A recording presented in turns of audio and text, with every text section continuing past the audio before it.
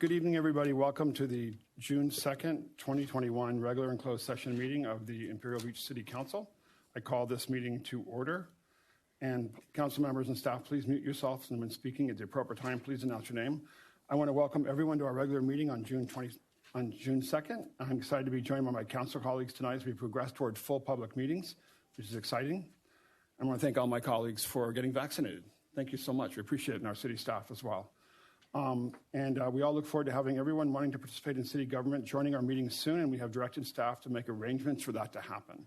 Until then, we continue to improve our teleconference meeting process. And so this meeting must comply with Executive Order N2920 and all the other provisions of state law.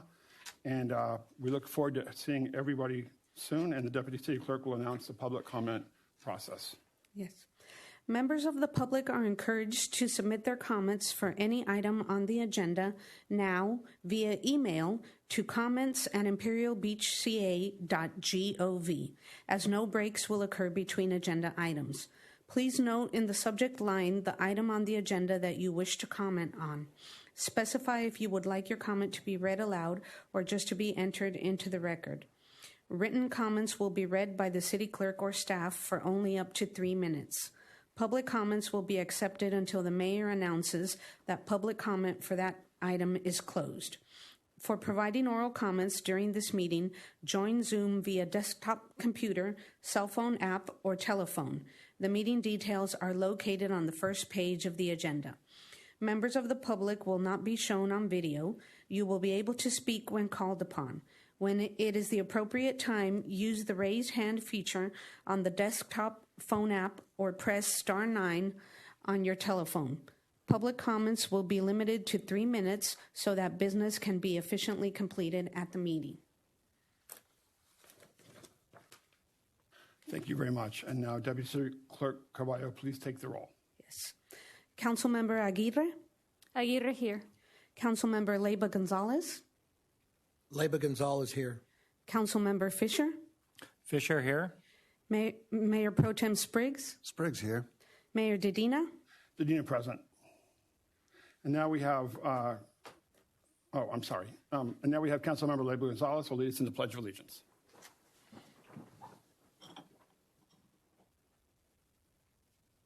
pledge allegiance to the flag of the United States of America and to the republic for which it stands, one nation, under God, indivisible, with liberty and justice for all.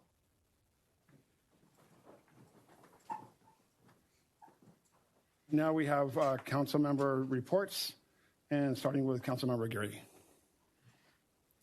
Thank you, Mr. Mayor. On May 20th, I helped moderate a panel on the Tijuana River crisis hosted by the Regional Chamber of Commerce, where Vice Chair Nora Vargas and EPA and Surfrider shared some of the priorities that are being considered right now, especially as it relates to USMCA funding. And then on May 21st, I attended an event organized by SANDAG called Bike Anywhere in honor of Bike Anywhere Month. It was attended by Mayor Carla Ruiz McFarland, Mayor of Tijuana, Secretary of State Karen Postlewaite, and Vice Chair Nora Vargas. It was really great to see our 13th Street project here in Imperial Beach highlighted and celebrated in this context. And then on May 22nd, I participated in another food drive where 800 families, including families from Imperial Beach, were provided food relief. That took place at Southwest High, and it was hosted by the Labor Council and a number of different sponsors. And then finally today, I joined a conversation with our congressional delegation. All of our congressional representatives attended, and there was discussion around the infrastructure bill and comprehensive immigration reform. It was just really great to hear firsthand from them. And that's it for me. Thank you. Great, thank you. Councilmember Leyva Gonzalez. And this is your first in-person report. Yes. Great to see you. Extremely nervous. Thank you, Mayor. On the 26th of May, myself, Andy, and Eric, due to an email that was received for a concerned citizen as far as a blind spot coming out of an alley in between Florence and 12th, We met up and kind of analyzed the situation to see if there's anything we can do as far as extending some red curbs possibly to let the residents that come out of that alley be able to have a better line of sight going on to Imperial Beach Boulevard. So I'm looking forward to the results of that so I can get back in contact with the resident. That's all I have. Thank you very much. Thank you. Councilmember Fisher, your second. Well, actually, your first one with the whole council, so great. Yeah, glad to be here, but nothing to report. Thanks. Great, thanks. Briggs. Thanks, Mr. Mayor. On Thursday, the 20th, we held our monthly Coastal Cities Group, League of California Coastal Cities Group Leadership Committee meeting, which was primarily a preparation meeting for the following day Sea Level Rise Working Group session with the county representatives and California Coastal Commission representatives. At that meeting on Friday, we learned a great deal about the Commission and their staffs thinking about some of the proposals we've put forward. And without going into a lot of detail, I'll just say that I think we're making some progress.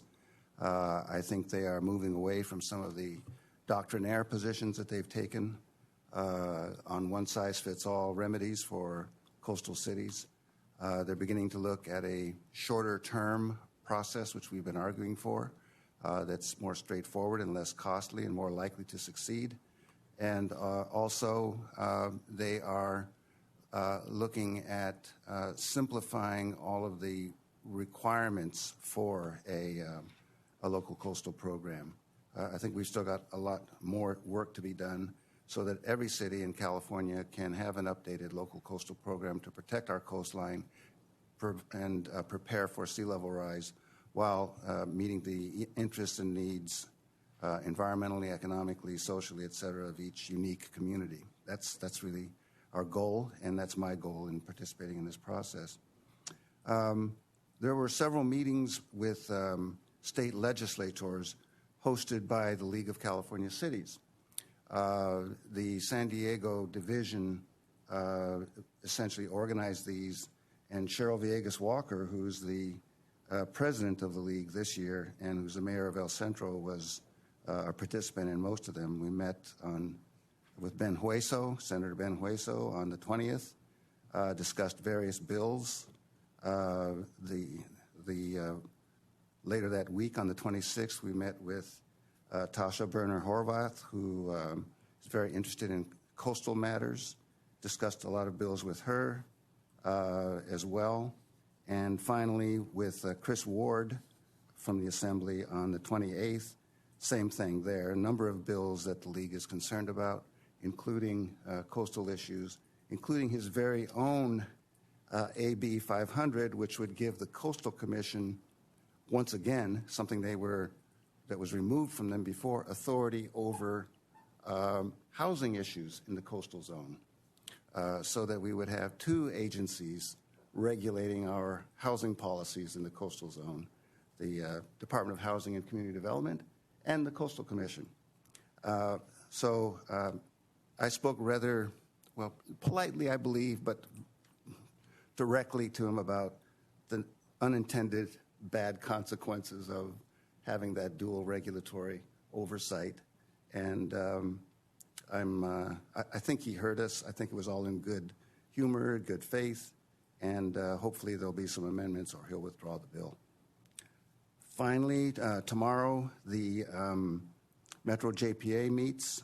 I'm on that commission representing the city, and we'll be looking at some major contract amendments for the Pure Water Program and the Metro Sewer Program, and we will be also getting a report on industrial wastewater.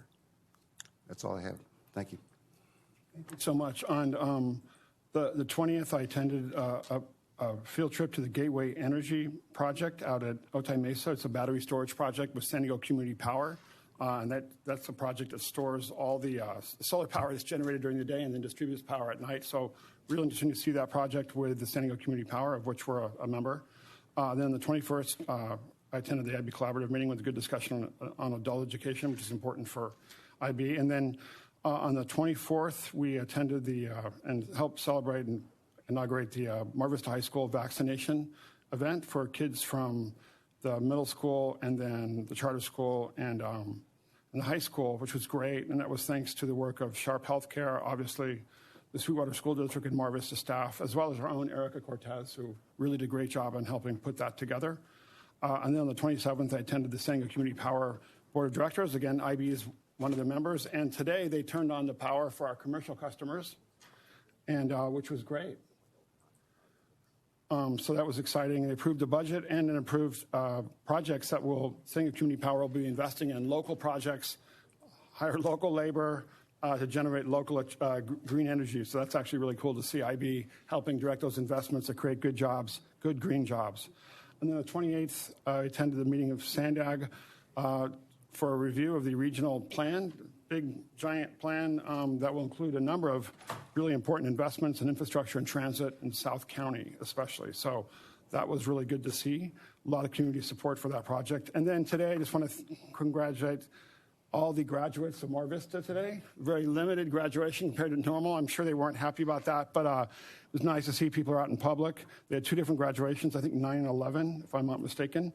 And so I want to just acknowledge and congratulate the class of 2021 as an class of 82 grad from Mar Vista. Jack, what year were you? 89. Okay, no, it's nice to have Mar Vista graduates here. So I know we just want to wish everybody the best and congratulates on a job well done. So anyway, with that, I will turn it over we have Environmental Director Helmer has an update on the grant with the San Diego Urban Corp to plant more trees. Yes, Mayor and Council, good evening. Attached, you see a map here, and I really wanted to let you guys know and give you an early heads up that we're partnering again with San Diego Urban Corps. They're applying to a CAL FIRE grant to plant urban street trees.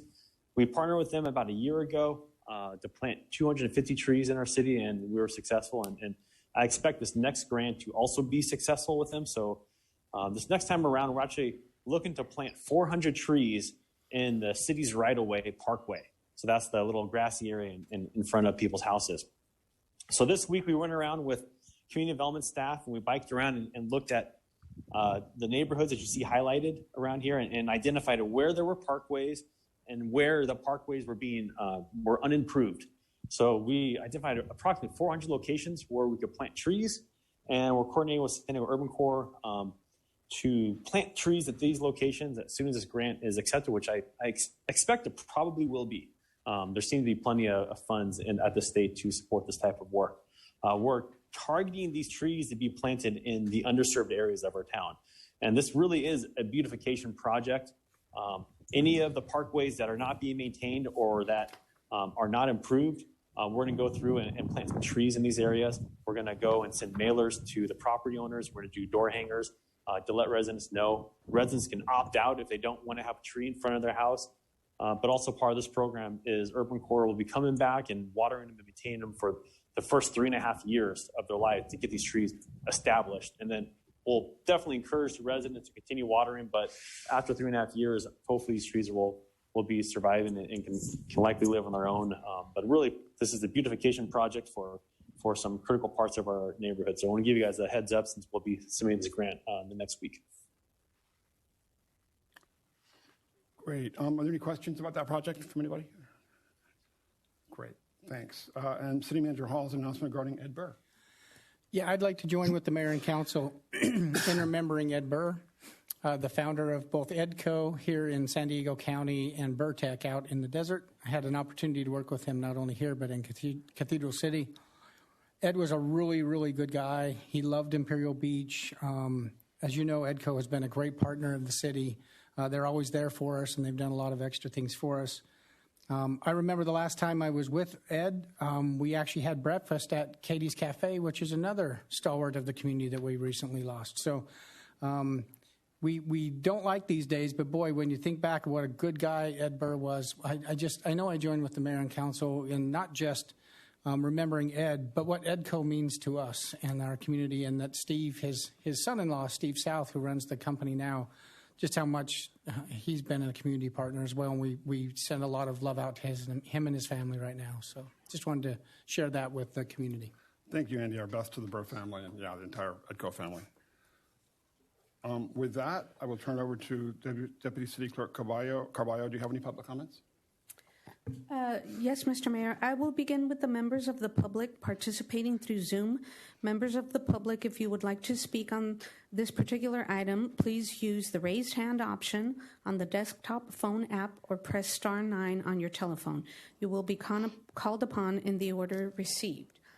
So I do see that we have a raised hand by Eric Syverson. Mr. Syverson, please unmute yourself and you will have 3 minutes. Thank you. My name is Eric Syverson, non-resident Imperial Beach. I do have vested interests. I was confused. I understand city beautification, but it just so happens that last Saturday I trimmed Australian tea tree in my 85-year-old Connecticut Street neighbor's parking strip that was planted by the city 25 years ago, and he's unable to maintain now. And first of all, it's a desert. Water is an issue. There isn't, I would ask anybody to go back to the calendar of Imperial Beach and look at the old map. Heather-like undulating gentry destitute of trees. You're introducing maintenance, you're introducing water usage. I'm not against beautification, but if it's a manzanita, I could support it. If it's a bladder pod, yarrow, any sage, any of that, lilac would be nice, but pure trees do not belong in a desert. Beyond that, I drove through the old neighborhood today and there's like a flag, American flag, every other thing. So to hear a group of Imperial Beach leaders go the week of Memorial Day and have no one. We'll take the 15 seconds of silence now to recognize all those who have sacrificed so you guys can represent us and I can speak here.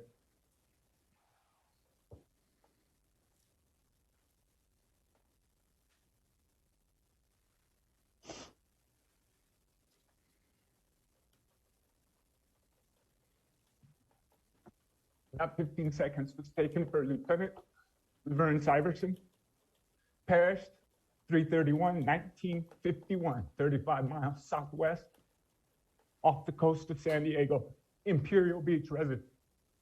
A man I never met, but who has moved me greatly recently. Beyond that, I also hear no mention of the public meeting on May 24th of the UMCA money.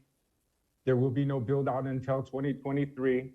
The mayor continues to ask for diversion on the US side, yet I can read right now from the EPA site, Tijuana River versus San Antonio de los Buenos Creek. Out of Scripps, Falk Feddersen, eliminating or dramatically reducing wastewater flows of San Antonio Creek has the strongest benefit to city of Imperial Beach, Silver Strand State, and city of Coronado. This is on the site for the spend of the expenditure. If that money, if the mayor does not, if someone does not stand up and say that that Scripps study is hurting us, and if that money goes to Mexico, I don't know what to say. Beyond that, there is no flow because the money invested, the 35 invested by the Trump administration, has kept your beaches open for the last month. Thank you very much.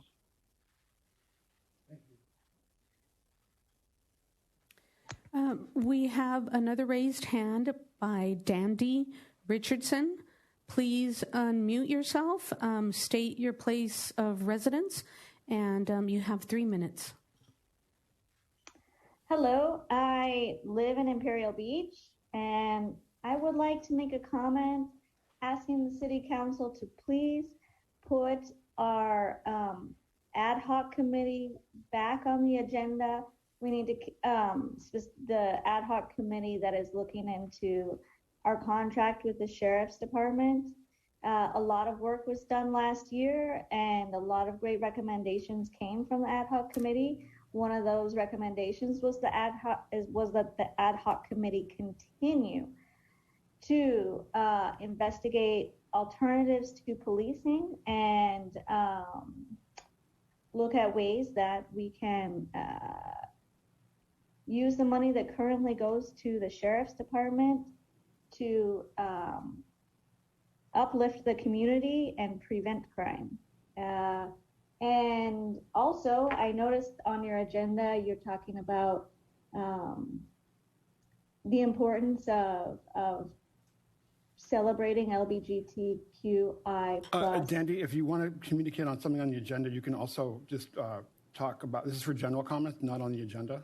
So you can talk about anything else that's on the agenda. You can call in for that item. Oh, what? What? So typically what happens when you have a comment on something that is on the agenda, the mayor and council would prefer that you make the comment when that item is on the agenda. It'll be I think it's the next item, and so you can make your comment at that point in time. Thank you for explaining that to me. I was just going to say how protecting the queer population relates to policing, and that actually my comment is more on the policing side of it, in that transgender people specifically are more affected by police brutality. So if you're going to support that community, you also need to think about the police that are terrorizing them. Thank you. Thank you. We have a raised hand by Marcus Boyd. Please state your city of residence, unmute yourself, and you will have 3 minutes. Hi, my city of residence and business is both Imperial Beach. I have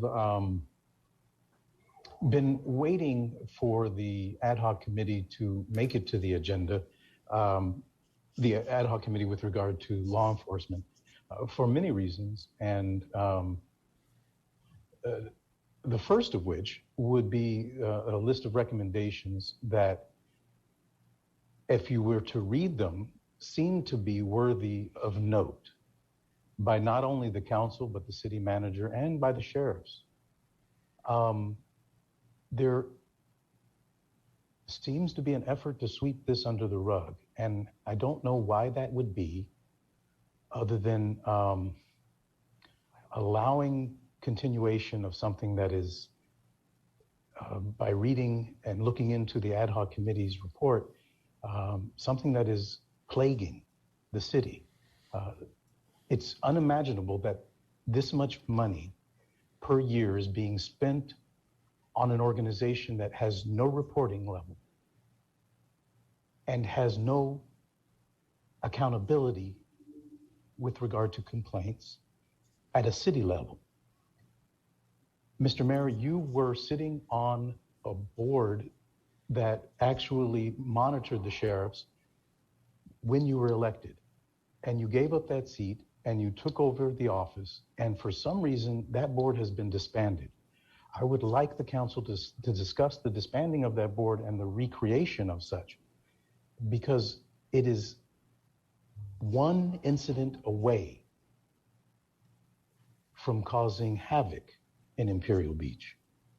And if you don't do anything now, you'll be to blame. Thank you for your time. Thank you very much.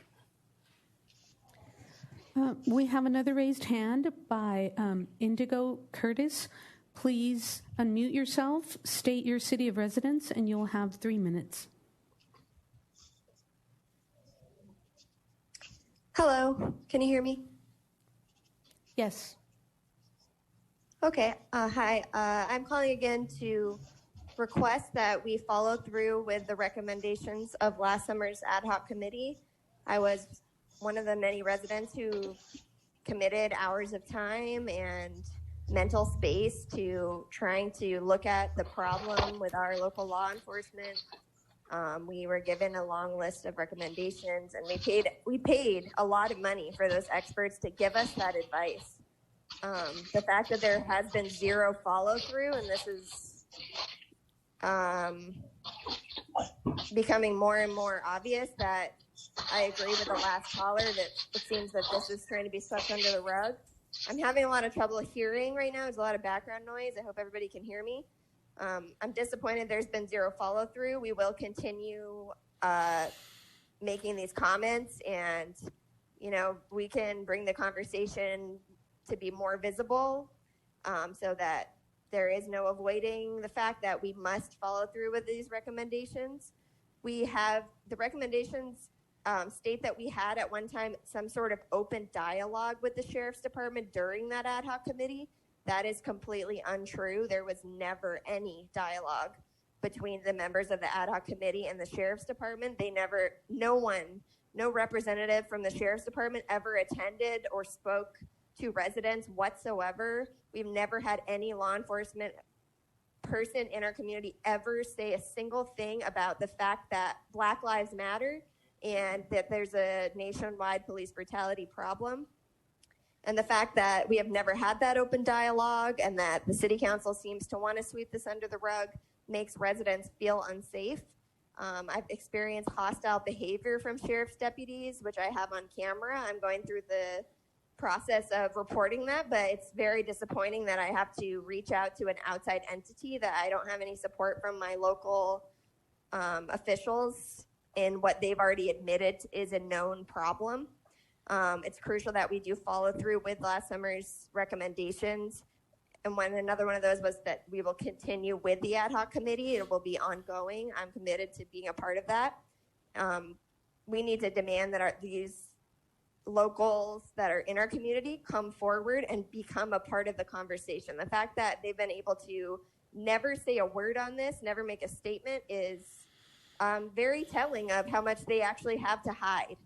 So by continually creating agendas where you're not bringing this up, it's making it very difficult for the community to hold local law enforcement accountable in any way locally, and that makes our community unsafe. So I encourage you to not waste I believe it was at least $20,000 that we paid the two I'm sorry, your consultants. time is up.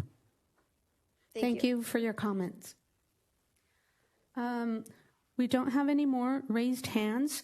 We do have a comment that was submitted online for public comments from Mark Williams. And he says, California State Senate passed SB 6 to override all local zoning for retail space to residential housing. Needs assembly approval and governor approval. This is to take the power away from local planning. I beg the city council to oppose this. We should decide locally our wants and needs. Thank you, Mark Williams, and he is a resident of Imperial Beach. That's all we have for public comments. Thank you so much, and thanks to everybody for calling in and for sending the emails. Mr. Hall, did you want to give is there any clarification on SB 6? Because as I understand it, it's not anywhere near being approved. Is that clear? Yeah, it's been called out of committee, and I know that the legislature is considering it, but it is not passed. It is not finalized. Okay, all right, great. Just to make sure we're clear on that. All right. Mr. Mayor, before we proceed, I was reminded by one of the public comments of something that I attended in my capacity as a city council member that I forgot to mention, that I think is worth mentioning, and that is the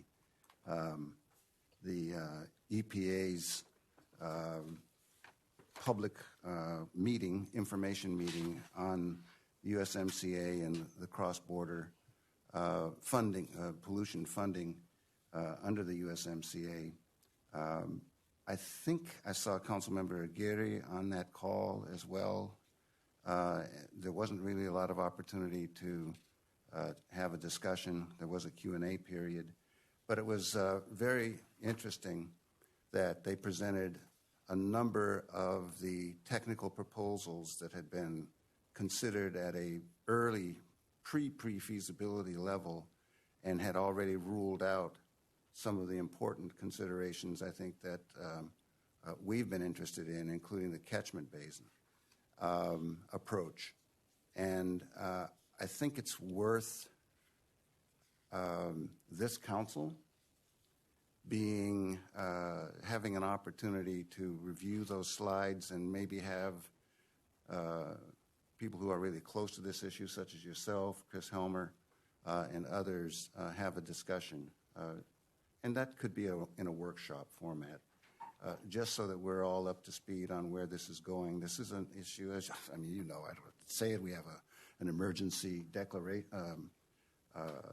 declaration that we renew every month on this issue. You've been intimately involved in it, and I think some information sharing on it with the public and particularly council members on these different options and where we are now and what is going to be happening going forward would be useful, you know. So I'd recommend that for, you know, a workshop maybe next month or the month after, sometime soon when we can calendar it, or if not a city council open discussion. Great, thanks. Good point. Pressing the buttons on. And now we have item number 1, consideration of proclamation of support for LGBTQIA plus Pride Month. And Councilmember Leyva Gonzalez will read the proclamation. Just to make sure I'm clear on, do we have to get the proclamation approved first? Do we read the proclamation, we'll have public comments, and then we vote for approval? I think that would be appropriate. Okay, so take it away, Councilmember Leyva Gonzalez.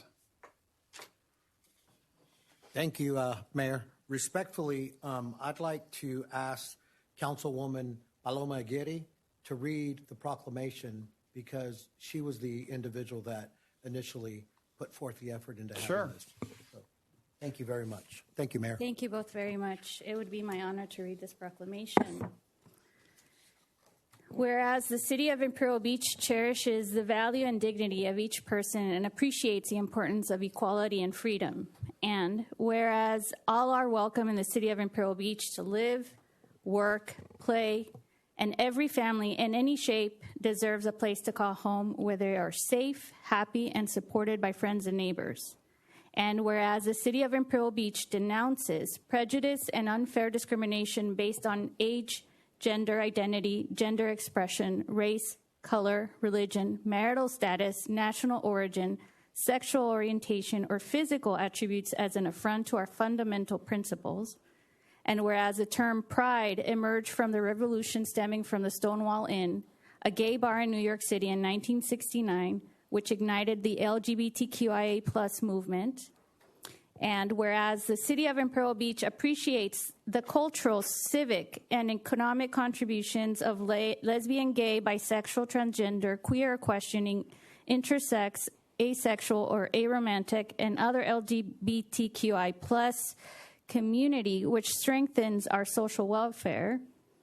And whereas it is imperative that young people in our community, regardless of sexual orientation, gender identity, and expression, feel valued, safe, empowered, and supported by their peers and community leaders. And whereas despite being marginalized, LGBTQI plus people continue to celebrate authenticity, acceptance, and love. And whereas the City of Imperial Beach stands united against those who threaten the safety of our community members and unequivocally condemns any hate speech, hate violence, or any kind of aggression or discrimination against them. And whereas City of Imperial Beach is proud to uplift, support the unheard voices, and proclaim to our LGBTQI plus community their right to exist, to be equal under the law, and to pursue happiness. And whereas numerous and diverse community groups, residents, and allies wish to engage in activities that support the understanding, uplifting, and affirmation of the LGBTQI plus community. Now, therefore, be it resolved that I, Paloma Aguirre, along with my council colleagues and Mayor Dedina of the City of Imperial Beach, California, together with the City Council, take great pleasure in proclaiming June 2021 as LGBTQI plus Pride Month in the City of Imperial Beach, and declare that raising the flag and flying of the Pride flag is a symbolic act by the City of Imperial Beach intended to communicate the city's support and affirmation of our LGBTQI plus community. Thank you. Do we have any public comments? I will begin with the members of the public participating through Zoom. Members of the public, if you would like to speak on this item, please use the raised hand feature. You will be called upon in the order in which you are presented. When called upon, please state your city of residence, unmute yourself, and then you will have 3 minutes to speak. I do have a raised hand by Indigo Curtis. Please unmute yourself, and you have 3 minutes. Hello, I am a queer resident of Imperial Beach. I appreciate that our city is considering proclaiming support for the LGBTQIA plus community.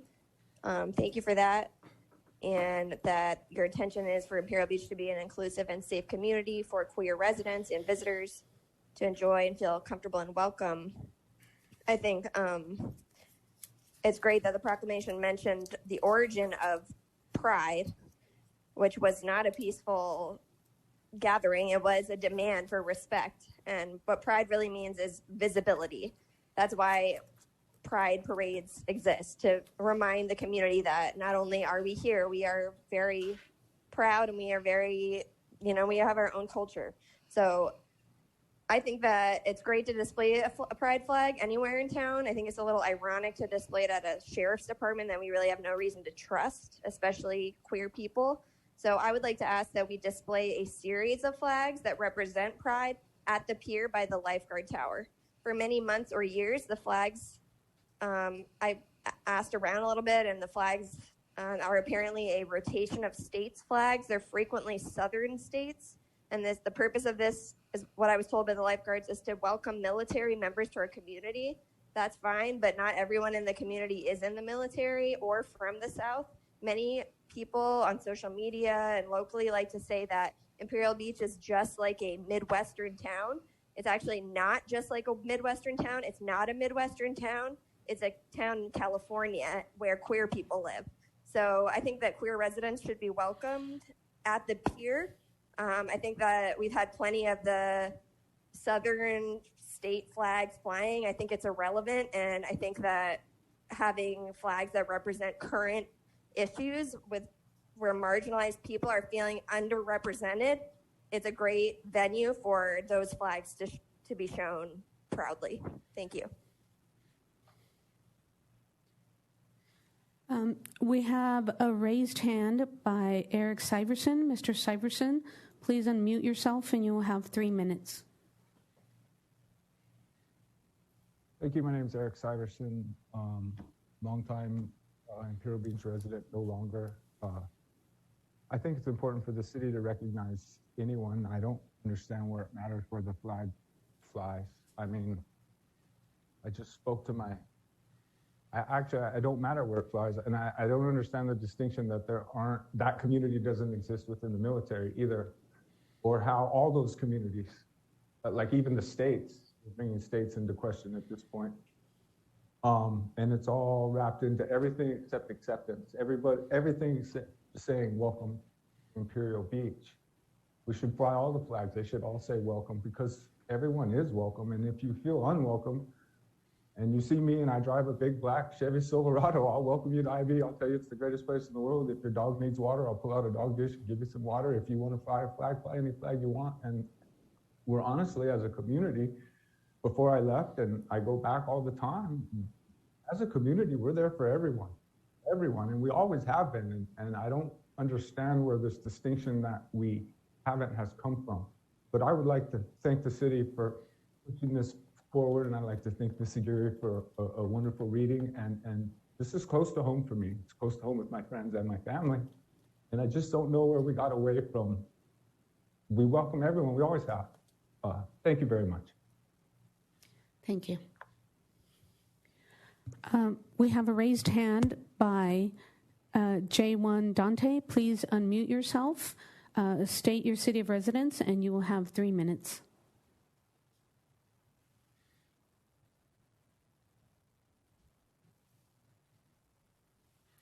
Dante, please. Hi, can you hear me? Yes.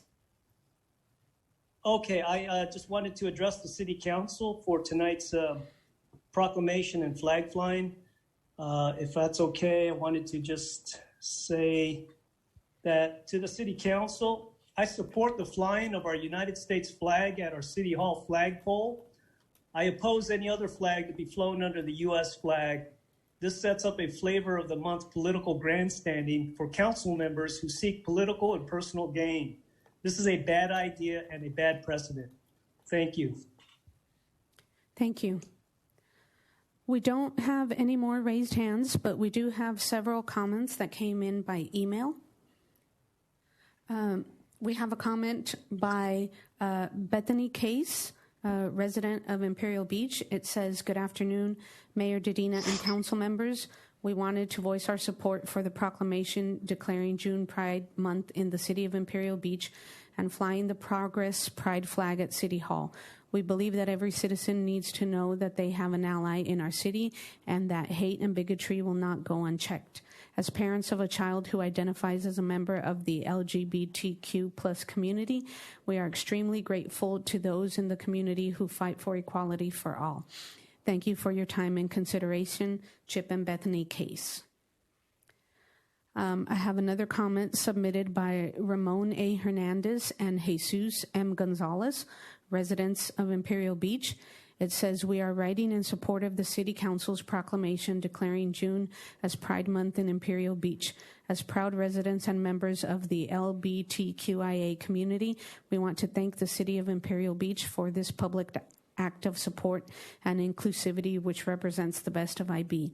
It is because of this support from the mayor and the city council, along with our neighbors, friends, and local community leaders, that we as long-term residents can feel safe and proud to call this city our home. Sadly, there will be those that disapprove and even denigrate this proclamation. They do this out of fear and ignorance and speaks to the importance of this work and these words.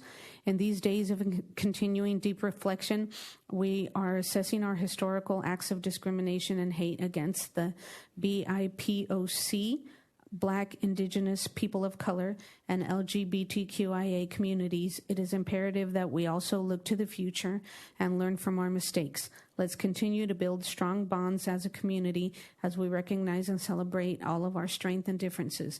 Just as the LGBT community has recognized and broadened its representation by including new colors in the pride flag, IB is doing the same in its efforts of inclusivity. We are stronger together. There is much more to be done. We will be here to continue to support the many efforts in our pride-filled city, but for now, thank you to the mayor, the city council, and city staff for this proclamation. The next comment is from Jake Patton. It says, good evening to all in question. Hope you've all had an excellent start of Pride Month. As we see year and year again, this month tends to come with the notion of rainbow capitalism, this being the commodification of a month meant to celebrate and encourage pride. This month also comes with the performative activism by many of peoples and governments. I thereby implore each listener of this message to fight for true change, not just doing the bare minimum of recognizing the LGBTQIA plus community by pushing beyond that and fighting for their protection and safety worldwide. For those on the verge of their stance, just remember that Nazi Germany vehemently despised the concept of a safe, structured gay community out of pure ideological fear. If you disapprove of this proclamation, then think to thyself and weigh where your views align. Do you embrace modernity and the future, or will you stay embedded in the past, forsaking yourself? Thank you, Jake Patton. The next comment is from Prof. Marsden. It says, Bill Marsden, I'm sorry. It says, in celebration of Pride in IB, I believe Audre Lorde, the transgender poet, said it best. It is not our differences that divide us. It is our inability to recognize, accept, and celebrate those differences. Let's begin to celebrate those differences here in Imperial Beach. The next comment is from Brian Pat Bilbray. It says, Dear Mayor and Council, it wasn't too long ago that members understood and respected the fact that partisan political issues were not appropriate to be brought before the council because of the division it would cause. I remember Councilmember Bragg could not even garner a second for merely wanting to reaffirm the motto, In God We Trust. Councilmember Spriggs was on the board and the mayor spoke in opposition. Then Mayor Janey commented that this wasn't needed because it went without saying.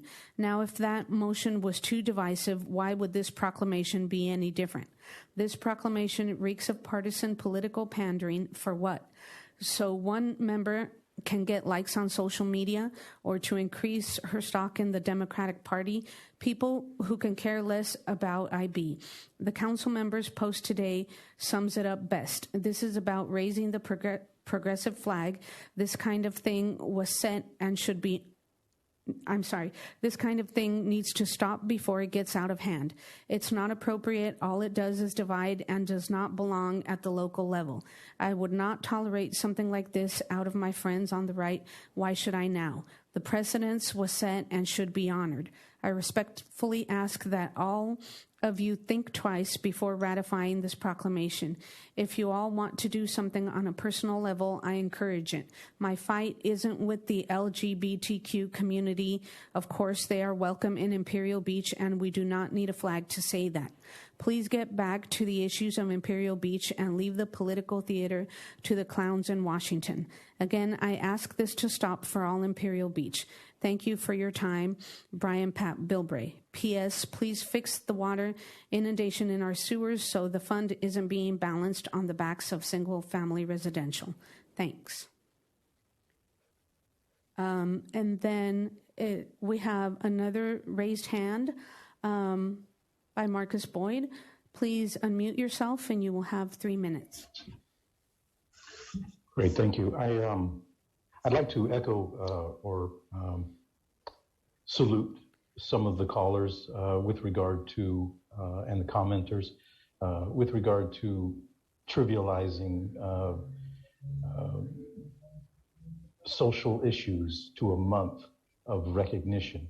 While I definitely understand the need for visibility and recognition, I understand trivializing things as well, similar to the ad hoc committee. It's been trivialized. But with regard to the Pride Month in IB, and specifically with regard to a caller that was talking about where the flag was flying, I'd like to give everybody just a brief story.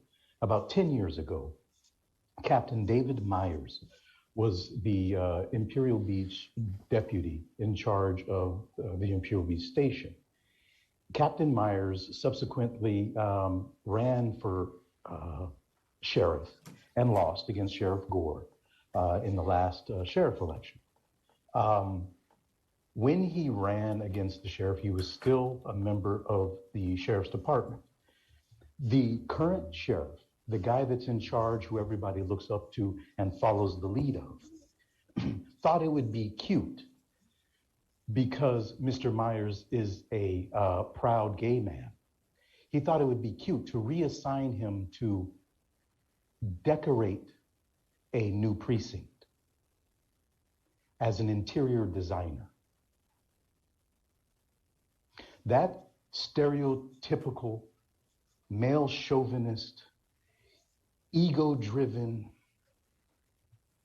bullshit, excuse my language, is coming from the top, and you're flying the flag at their office. You might as well fly a Black Lives Matter flag and act like they care. I apologize for taking your time and making this proclamation into a situation, but flying the flag there is a slap in the face. Thank you. Thanks, everybody. Mr. Boyd, you never have to apologize for speaking. It's your right to speak. I want to thank you for giving your opinion. Thank you very much. Mr. Mayor, I have another raised hand by David Preston. Mr. Preston, please unmute yourself, state your city of residence, and you will have 3 minutes.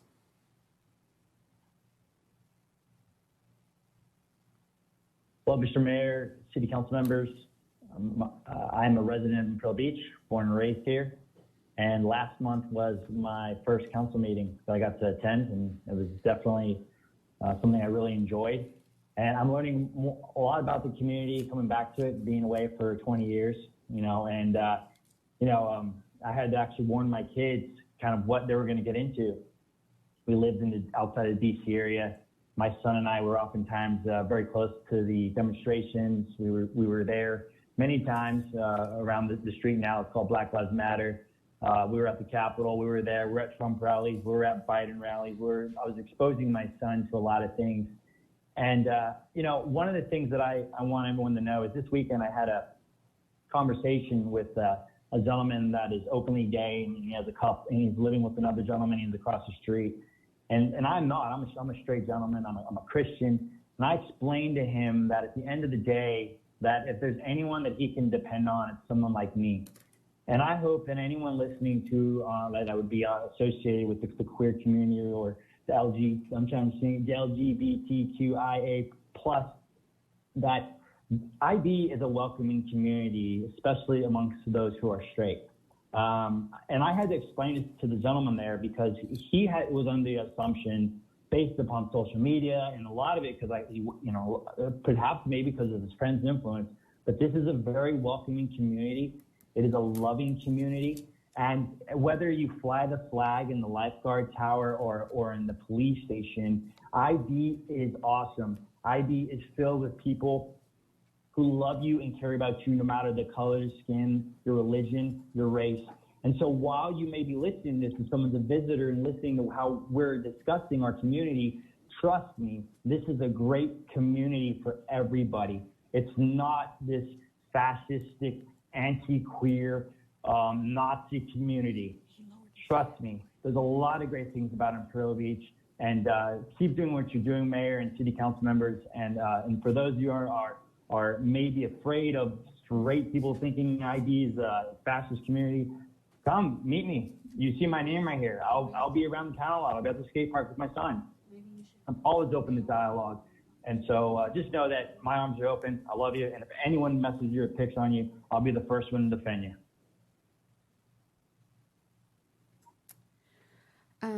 Thank you. We have a raised hand by Dandy Richardson. Please unmute yourself, and you have 3 minutes. Hello, it's me again, Dandy Richardson, and I'm from Imperial Beach. And I would like to say that I think a pride flag is a great idea. And maybe since the city building isn't a great location, since it's right next to the sheriff's department, I would love to see the pride flag flown on all those poles going down Palm that are currently decorated with the American flag. I feel like if we're gonna do June Pride Month, let's do it. It seems like we have this American flag situation going down Palm for several months of the year. And I think it would make me, a member of the queer community, feel a lot more welcomed by this city if I saw the pride flag going all the way down Palm. That would be awesome.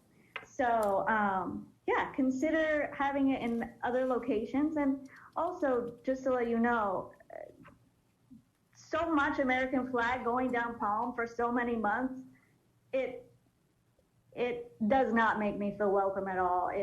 I feel like it's not recognizing that this is a border town.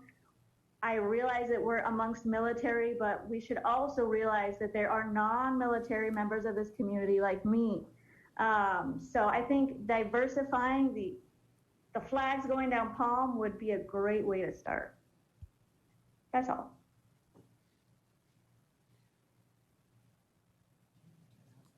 He still has his hand raised.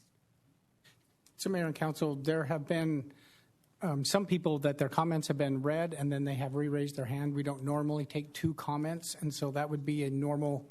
I just want to let the people know, because this isn't a live meeting, that we don't normally accept 2 comments. And so I just want the people who are watching to know that's why your second comment will not be accepted, is because we don't normally do that, except at the discretion of the council when and if they would prefer.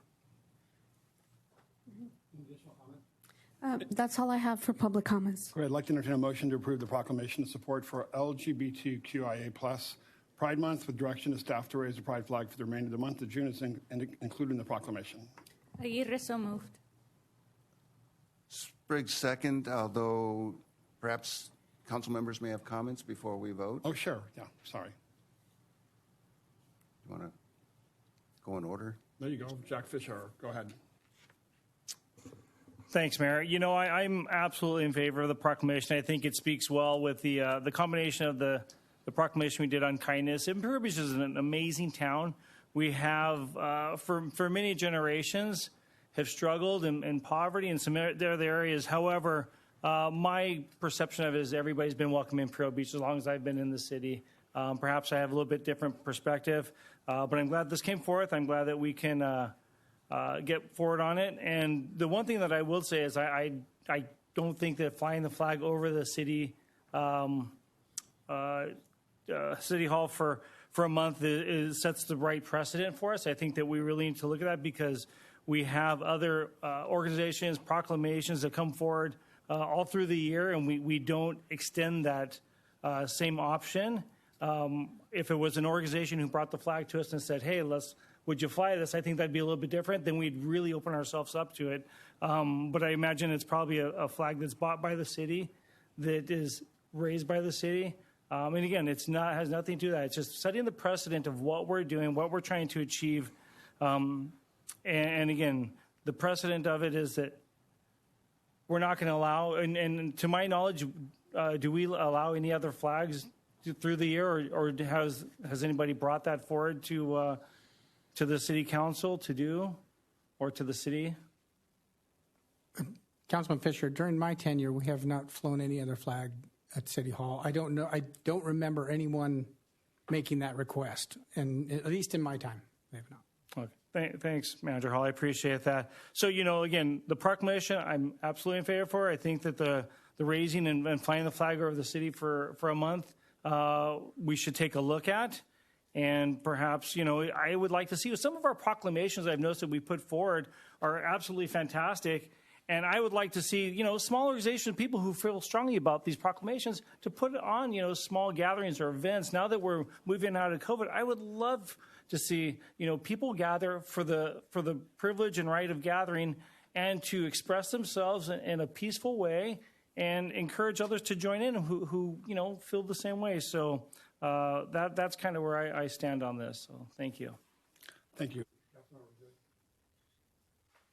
Thank you very much, and thank you, Councilmember Spriggs, for opening the discussion. I want to obviously, I am very supportive of both raising the flag and the proclamation. I just wanted to share some statistics with you that are quite mind-boggling. This year alone, in 2021, there's been at least 23 transgender Americans that have been murdered. We are on track to be the deadliest year ever for transgender murders. Nearly 1/3 of all LGBT youth have committed suicide. LGBT youth face an epidemic of homelessness. They are 120% more likely to become homeless because of rejection of their household or their community. Currently, there are 640,000 LGBT youth that are homeless today. So I think that raising the flag and sharing this proclamation is a very strong symbol that this community, our community, members within our community that have been present forever are seen, are accepted, and are uplifted. And that is why I feel very strongly, and I would encourage my council colleagues to also support both measures. Thank you. Mayor Pro Tem Spriggs. Thanks, Mr. Mayor. I support this proclamation as I did last year. We did the flag last year. It's sort of an annual event. A couple public comments suggested this was sort of a trivial ritualization of something of greater importance.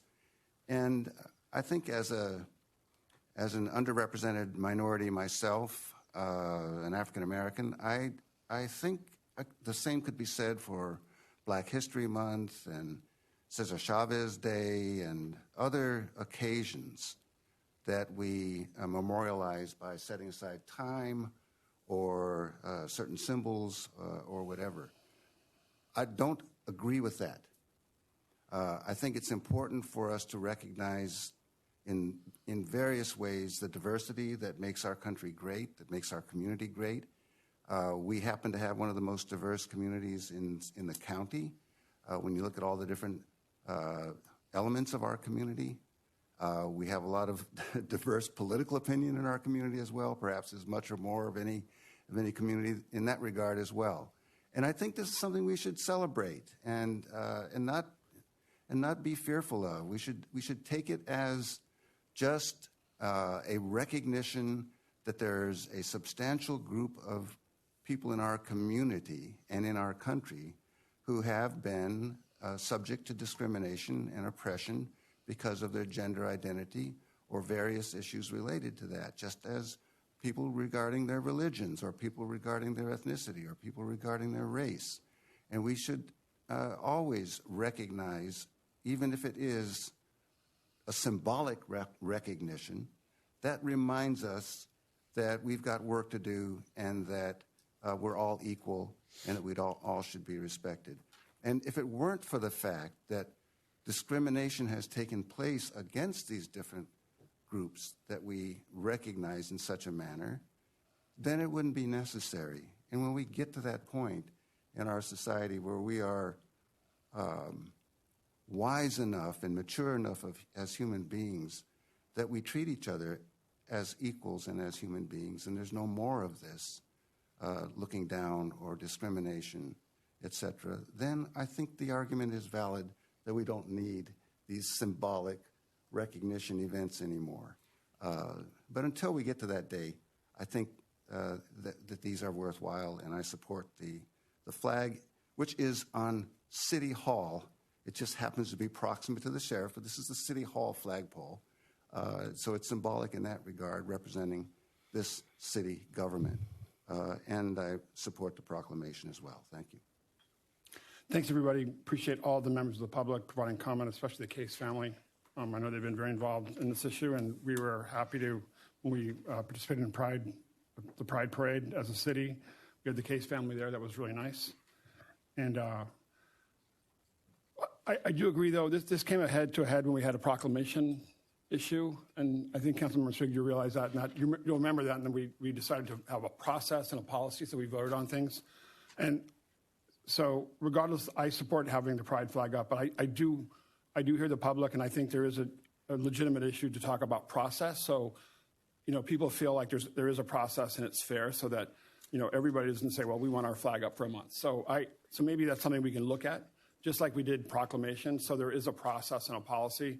And you may not remember this, but that's because we did have a point in which the city of Imperial Beach posted a Confederate flag on the Pier Plaza, and we made sure that was taken down because there wasn't a process for displaying a flag at the Confederacy on the Pier Plaza. So it actually wasn't funny at all.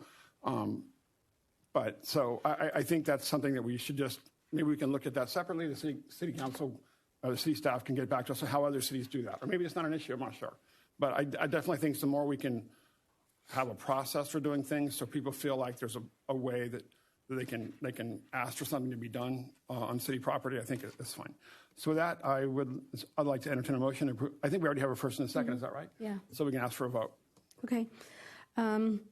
I will now take an oral roll call vote. There has been a motion by Aguirre, second by Spriggs, to approve the proclamation of support for LGBTQIA+ Pride Month. Councilmember Aguirre, how do you vote? Aguirre, aye. Councilmember Leyva Gonzalez, how do you vote? Leyva Gonzalez, aye. Councilmember Fisher, how do you vote? Fisher, aye. Mayor Pro Tem Spriggs, how do you vote? Spriggs, aye. Mayor Dedina, how do you vote? Dedina, aye. Motion carried unanimously. Just to make sure we clarify what I said about the Confederate flag. When I notified the city about the Confederate flag, it was taken out immediately. So just want to make sure that was clear. But that's the kind of things we want to make sure don't happen in the future. And now we have consent calendar items 1 through 3. And before we start, City Manager Hall was contacted by Councilmember Fisher requesting item number 3 be removed from consent and placed at the end of the regular meeting agenda for further discussion. I would entertain a motion on the request of Councilman Fisher. Yeah, I'd like to move that if we could, please. Fisher with the motion. Is there a second? Leyva Gonzalez, second. Okay. Great. Okay, there is a motion by Fisher, second by Leyva Gonzalez, to remove item number 3 off consent and place at the end of the agenda for further discussion. Councilmember Aguirre, how do you vote? Aguirre, aye. Councilmember Leyba Gonzalez, how do you vote? Leyba Gonzalez, aye. Councilmember Fisher, how do you vote? Fisher, aye. Mayor Pro Tem Spriggs, how do you vote? Spriggs, aye. Mayor Dedina, how do you vote? Dina, aye. Motion carried unanimously. Great, thanks. And so then I would like to make a motion to approve the items number 1 and 2 on the consent calendar. Is there more, or am I We need missing to anything? ask for public comments. Oh, I'm sorry. Are there public comments or council comments?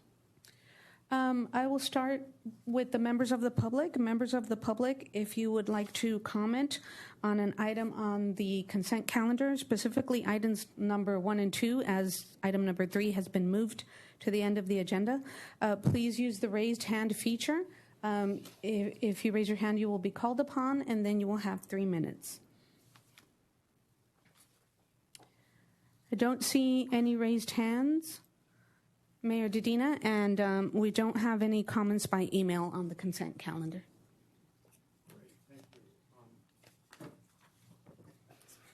I thank my colleagues for turning off and on the button. So with that, I'd like to entertain a motion to approve items 1 and 2 on the consent calendar. Spriggs, so move. Aguirre, second.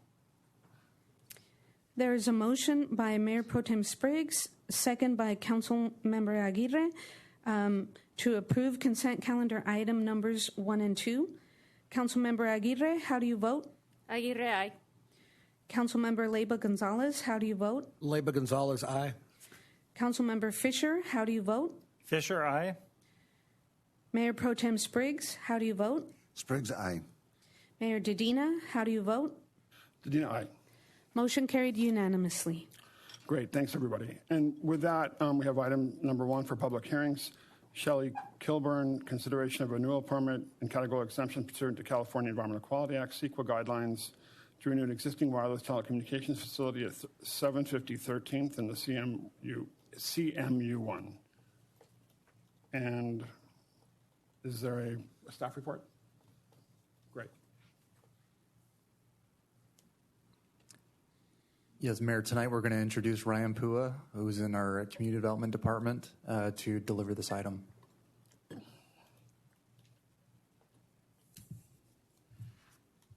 Good evening, Honorable Mayor and City Council. My name is Ryan Pua. I'm a Building and Planning Technician for the Community Development Department. Tonight, I will be presenting MF 1398, also known as use-21-0005, renewal permit for an existing telecommunications facility at 750 13th Street. The applicant is Shelley Kilburn of Plancom. Also, just an FYI, there's a typo in the staff report. Under background/analysis, the correct CUP number is 100026 and not 070086. My apologies. Next slide. 750 13th Street is located in the CMU1 zone, also known as the General Commercial and Mixed Use. On this screen, I have included some visuals of its zoning. Next slide. Here's an aerial photo of 750 13th Street and an arrow pointing to the exact location of the telecommunications facility. Next slide. Here, I have a side-by-side comparison of the aerial view and the approved site plan. Next slide. On this slide, I have the original site plan of the telecommunications facility that was approved by City Council in 2010. In the original conditions of approval, the applicant is required to renew the conditional use permit every 10 years in accordance with Chapter 19.90, Life of a Conditional Use Permit. Next slide. This is an image of the site before its installation in 2010. Next slide. Here are approved renderings after its initial installation in 2011. Next slide. Here are current images of the site. No significant modifications to the appearance of the faux tree structure have occurred, and it remains compatible with other similar structures in the vicinity. The existing height of the faux tree structure is 40 feet in height and remains unchanged since the previous public hearing. Next slide. Staff recommends that City Council adopt Resolution 2021-32 and renew the existing conditional use permit at 750 13th Street. For reference, Resolution 2021-32 has been updated with the correct numbers. Please see the last minute information. City Council also has the option to approve the project with modifications, disapprove the project, or continue the public hearing to a future meeting. Thank you. Staff will be available for questions or public comment. Great, and I was supposed to declare the public hearing open, so I'm doing that. Deputy City Clerk Carballo, do you have any public comments? Any additional staff comments? I will begin with the members of the public participating through Zoom. Members of the public, if you would like to speak on this particular item, use the raised hand option on the desktop phone app or press *9 on your telephone. You will be called upon in the order received. I don't see any raised hands, and we don't have any public comments via email on this item. Great. Councilmember Spriggs. So just on process, I'm assuming everyone knows that, I'm not going to, I can say city council discussion, but the buttons are being pressed now, so looks like we're good. But if you want me to, I will. So anyway, Councilmember Mayor Pro Tem Spriggs, go ahead. I like Vice President. Thank you, Mr. Mayor. I just wanted to thank Ryan Pua for a great, succinct presentation, his first presentation to the City Council. Great job. But you do need to be baptized a little bit by being asked to answer a question. It's only appropriate it should come from me, the longest-serving member of the City Council and the one who usually asks most of the questions. Well, I shouldn't say that. We've got two new council members now who love to ask questions as well. Mr. Pua, I'm kind of interested in whether the revenue this city is receiving from this cell tower has changed over time, whether we're getting more now and what that might be. If you can answer that question, otherwise maybe one of your colleagues from the city can.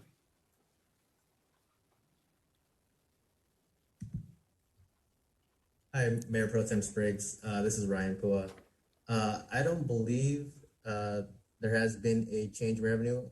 This is just a renewal of an existing conditional use permit that was initially approved by council in 2010. There has been, the applicant has obtained new building permits for it, and they have paid for those building permits and those plan check fees. But to my knowledge, I'm not aware if there is any additional revenue, but I can find out for you. And I could add on to that, Ryan, thank you. In addition to what Ryan mentioned, this site is on private property, so there's no ongoing revenue to the city other than the permit fees that Ryan mentioned. Thank you, and thanks again, Ryan. Councilmember Aguirre. Just a quick comment to Mr. Pua. I just want to say that you did a fantastic job and that I hope that we see you again more frequently on council. Thank you. Great. With that,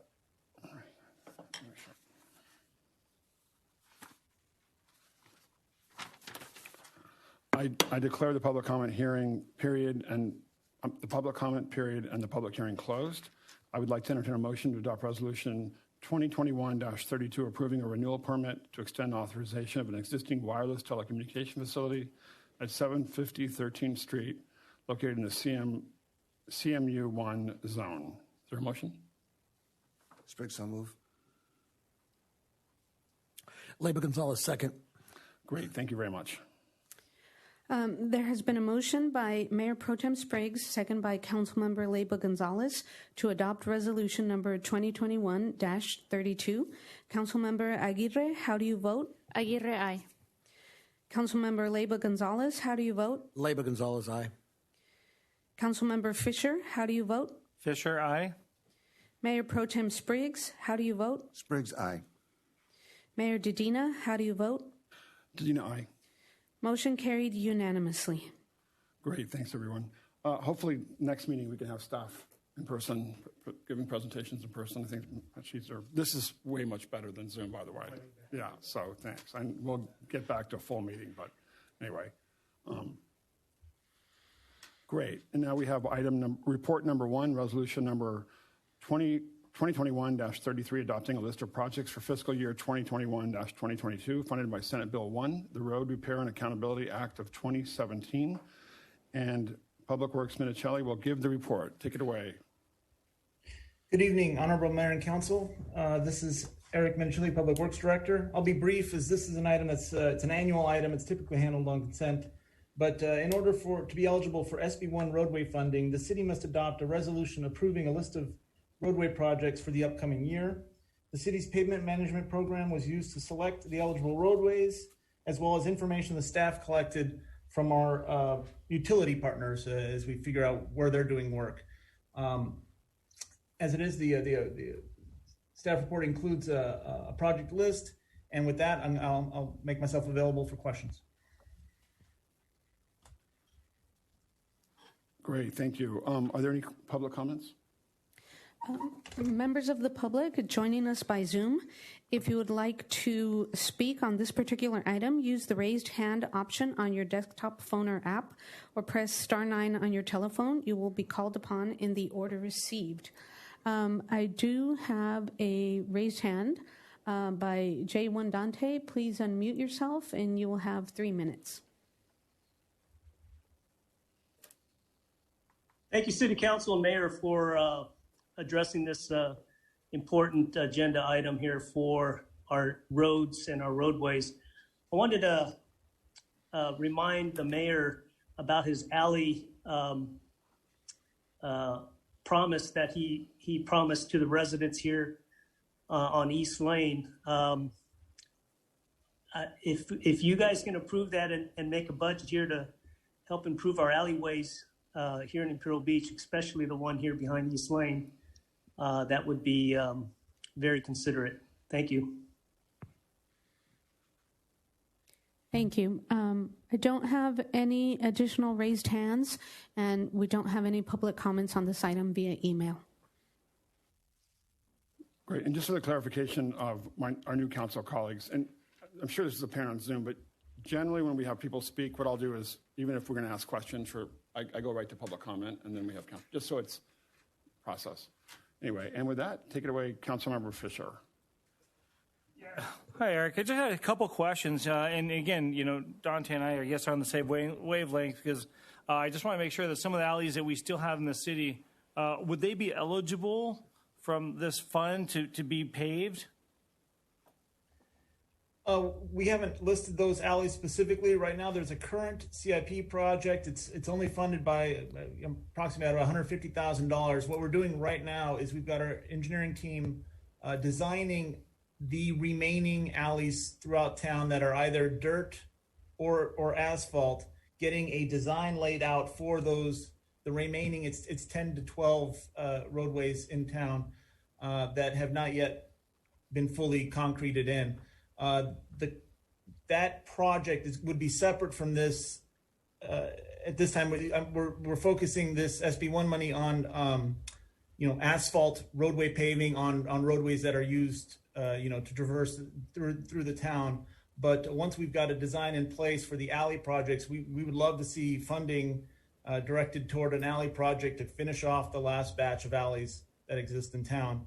But it's going to be a considerable project, though. Wonderful, thanks. I appreciate that. And to hear that we only have 10 to 12 alleys left in our city that aren't paved is absolutely amazing to me. I'm so thankful for city staff working so hard and the mayor putting forward the effort to get that done.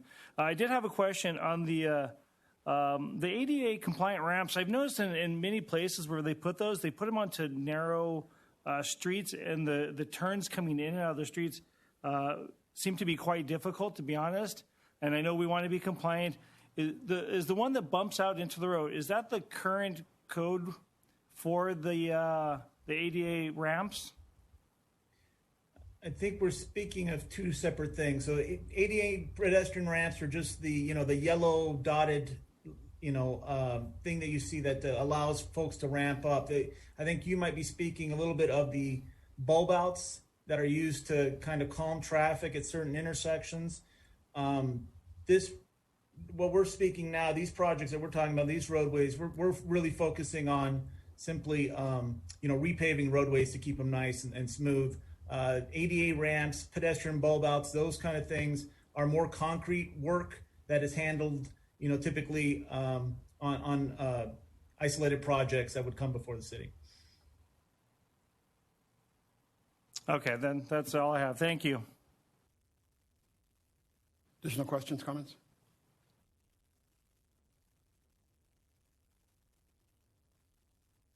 Councilmember, Mayor Pro Tem Spriggs.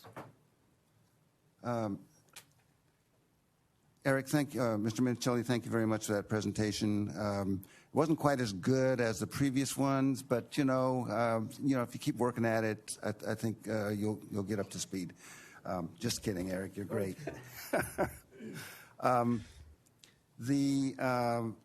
I guess the question I have is the funding here is about almost $540,000, and going back to the alley question, I'm not sure whether the projects on this list are more shovel ready, so to speak, simply because they are simpler, involving paving or repaving than alleys, which may require more design work. Maybe you could elaborate a little bit on that, because I'd hate to see us I'd hate to see us have to use city funds for the alleys when we've got state money available that could potentially be used for some of the remaining alleys that need paving the most. Not all 10 necessarily, but at least those that might be included in this project if they really need it significantly more than some of the roads that are in the project. For example, IB Boulevard is listed on the list of projects. And we just spent, I don't know, not our own money, but a lot of grant money around on the order of $10 million for IB Boulevard. And I'm not sure that, I've been up and down IB Boulevard now lots, and I'm not sure that there's a lot of need for paving on IB Boulevard. I may be wrong, but the fact that it's on the list suggests that maybe there are some roads that don't require a lot of additional expenditure, and we could use some of it for alleys that are high priority. What are your thoughts on that? What you noted earlier was exactly the case. An alley project involves concrete. The costs are 10 to 1 versus a typical paving project. We could do 10 roadways for the cost of one alley. It's just a matter of the fact that the concrete is so expensive right now. The engineering design is much more critical on our alleys, because we're talking about unpaved roads that aren't sloped correctly, that kind of thing. In the meantime, for most of the time, we're simply overlaying existing roadways when we're doing an asphalt paving project. As far as you mentioned IB Boulevard, we also included Palm Avenue as well on this project. We listed those roadways as eligible because later in the year, we are looking for that smart technology program related to the traffic signals. We have some dollars set aside in other areas, but if it's nice to have the flexibility. If there is a minor shortfall, we could use these funds potentially for that type of project. I would say that there are no plans at this point to repave IB Boulevard anymore. It's in good shape, and it's going to be for many years. Thank you. Councilmember Leyva Gonzalez. Eric, thank you very much for your short, sweet presentation. My only question in regards to addressing the streets, are we actually going to address the streets and do actual grinding down of the asphalt and repaving, or are we talking just like a slurry seal over the top to kind of give it more of the cosmetic appeal? That's my question. Yeah. So our pavement management program, we get the engineers, they look at it. It depends on the roadway. So certain roadways of ours that are on the list require that deeper grind and overlay. Some of them may only require a bit of slurry seal, but for the most part, we're talking, a lot of our roads need grinding and overlaying, or just overlaying. So typically, that's where the bulk of the funds would go. We're lucky if we only have to do a bit of slurry seal, that kind of thing, but it's pretty rare. Thank you, Eric. Great, thanks. And I just want to clarify the alley project. As I understand it, it was the entire city of Imperial Beach City Council that supported, I think it was the paving of 20 alleys for over, I think the city spent over $1 million. I'm sure we received grant funding, but that was in areas that historically never received, the alleys had been paved. So that dirt alley. So that was the focus, and I agree. I think the commitment was always to address all of the alleys, and I'm pleased to hear that we're going to be looking at a study to determine how to do that. So that's good news. And a lot of those alleys, my dad always thought we should turn alleys into parks, gardens, or something. But anyway, there's a lot we could do to improve our alleys, and a lot more we can do. But probably one of the most moving things I did as a mayor was, I think it was 12th Street in your district, Councilmember Ley Gonzalez, and we inaugurated an alley that one family, the father had died. He'd been advocating for getting an alley paved for 30 years. And they had carpets in the street. So it was really, really moving that, this city made that commitment and got it done, especially in areas next to schools as well. So we're a lot of dust. So we're really happy we're moving forward. The city of San Diego has 60 miles of dirt roads, 60 miles of dirt roads that they have ignored for as long as the city's been in business. The city has made a commitment to fixing our roads and our infrastructure, and I want to thank this council and our city staff and the residents for continuing to remind us of what's important in our city. So thank you. Thanks, Dante, for the shout out. And with that, unless we have additional comments, I would like to close the public comment period.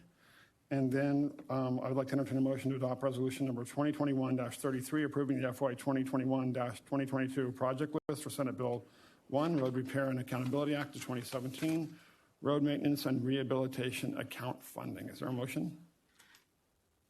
Fisher moved. Leyba Gonzalez, second. Thank you. There has been a motion by Councilmember Fisher, second by Councilmember Leyba Gonzalez, to adopt Resolution 2021-33. Councilmember Aguirre, how do you vote? Aguirre, aye. Councilmember Leyba Gonzalez, how do you vote? Leyba Gonzalez, aye. Councilmember Fisher, how do you vote? Fisher, aye. Mayor Pro Tem Spriggs, how do you vote? Spriggs, aye. Mayor Dedina, how do you vote? Dedina, aye. Motion carried unanimously. Thanks, everyone. And now we're item 2, accessory dwelling unit ordinance discussion, or as they're called, ADUs. We have gotten probably more communication from residents about the wanting to talk about this than anything. So I'm really glad we're having this discussion tonight. And we're not going to be voting on it. It's not an action item. It's just a discussion. Is that correct? That's great. Awesome. And I know Tyler Fultz will be introducing Katie Matchett from Veronica Tam & Associates to lead the discussion on this item. And thank you, Mayor, members of the council. As you're aware, various laws have taken place over the last few years that require cities to allow for accessory dwelling units throughout the whole state. The intention of this is to increase housing supply. However, if a city's zoning code is not compliant with state law, we either need to allow for ADUs per the language in the law, or we need to draft an ordinance that is compliant with the law. The ordinance allows for some flexibility in how these ADUs are regulated. So with that, the city obtained a grant from the SB2 grant and contracted with Veronica Tam & Associates to help us prepare an ordinance for ADUs. So we have Katie Matchett here with us tonight, who's going to lead us with this item. At the end of this discussion, we're going to ask for some general feedback from the council, which will then help us as we do outreach and then prepare some language within the ordinance. So we're going to introduce Katie Matchett right now.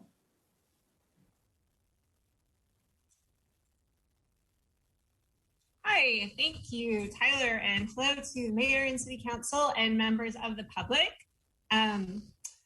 I'm really excited to hear that you've already gotten a lot of comments on this. I'm excited to hear what your residents have to say and get some input. But before we get to that, I want to give some background about the state laws and about what we can and can't do with our ADU ordinance. So if we can go to the next slide, we will jump right in. As Tyler said, the reason that we're doing this update is because we need to bring the zoning ordinance into compliance with state law.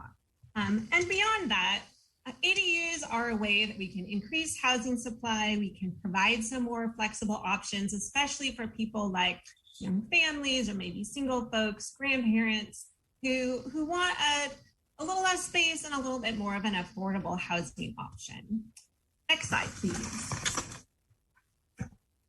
So just to start, let's make sure that we all understand the terms that we're using.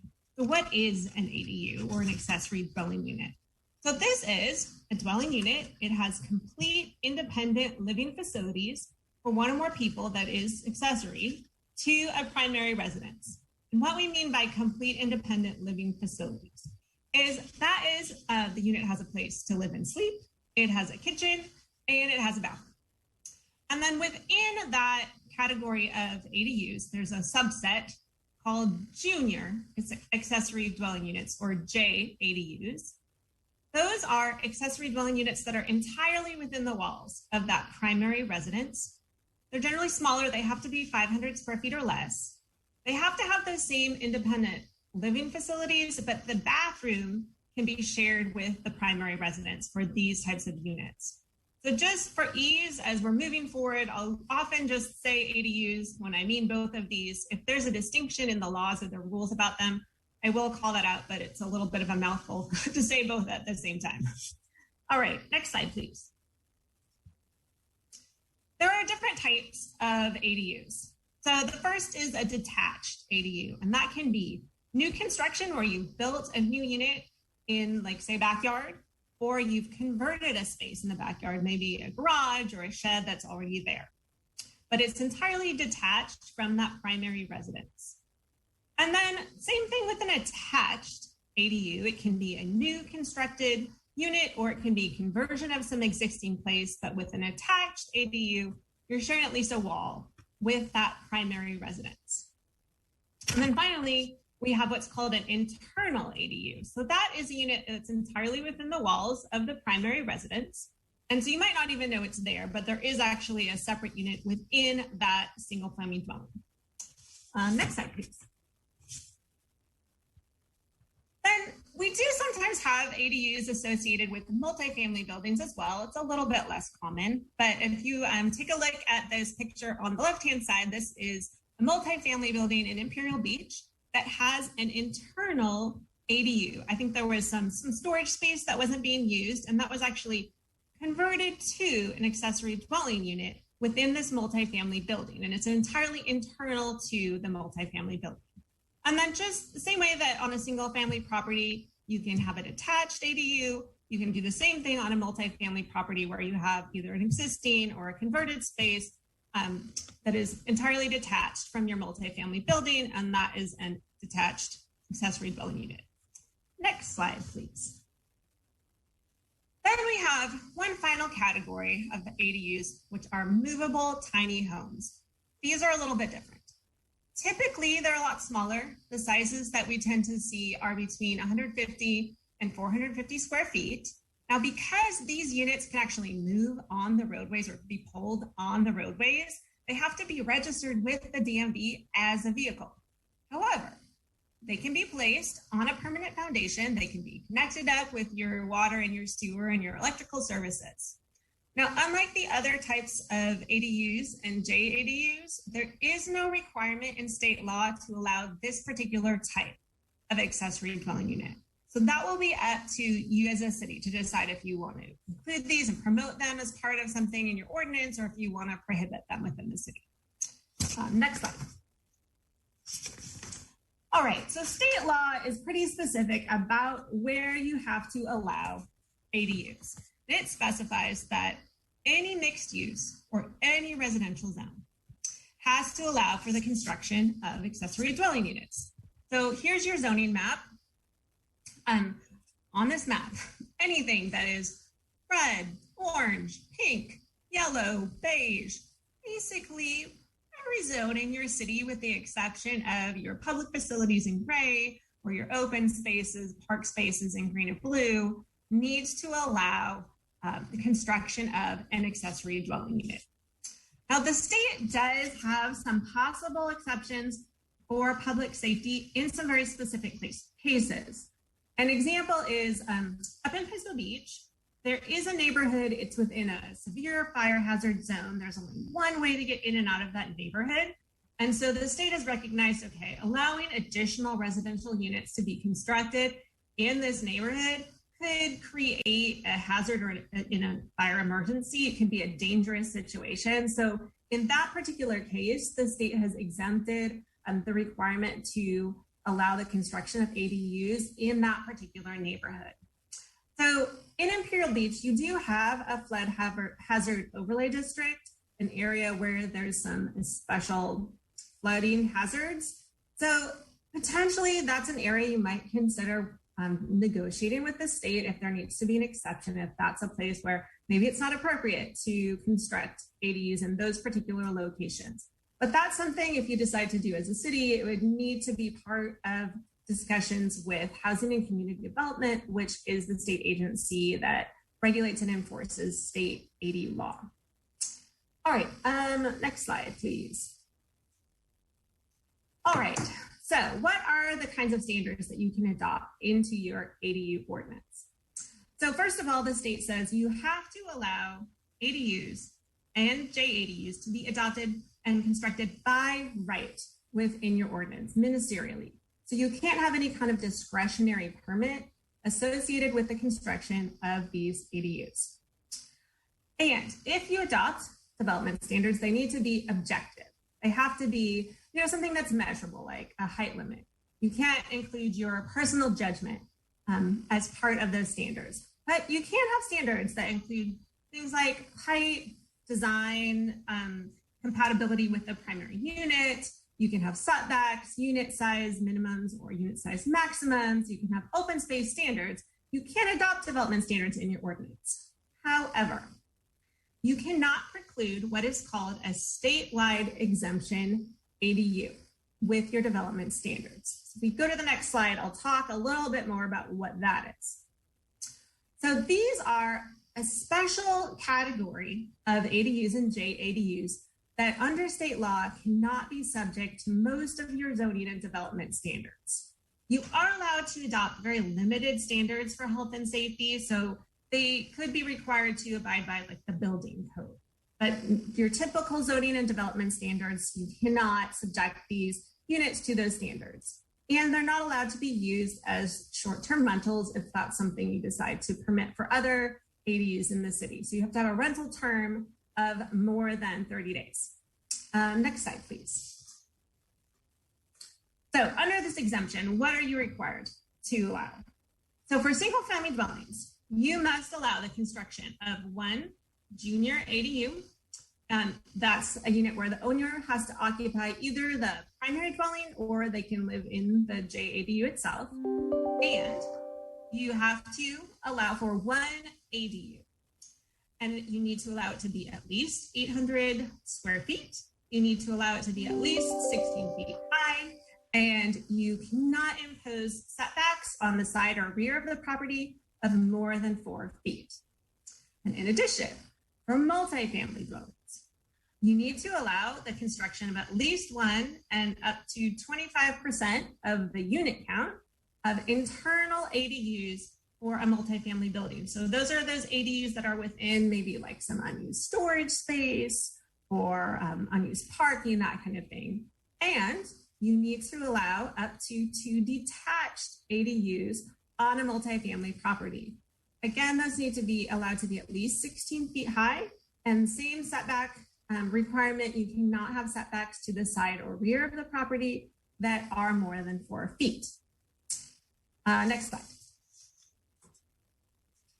And there are even more limits in state law. And so I've outlined a couple of the key ones here.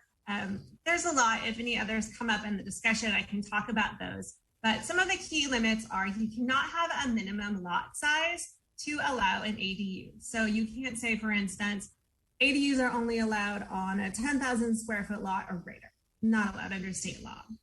You can't require the owner to occupy an ADU or a property with an ADU until the year 2025. And this is a requirement that applies only to ADUs. This is not a requirement for junior ADUs. If you decide to adopt maximum size limits for ADUs, they need to be at least 850 square feet or 1,000 square feet if the unit has 2 or more bedrooms.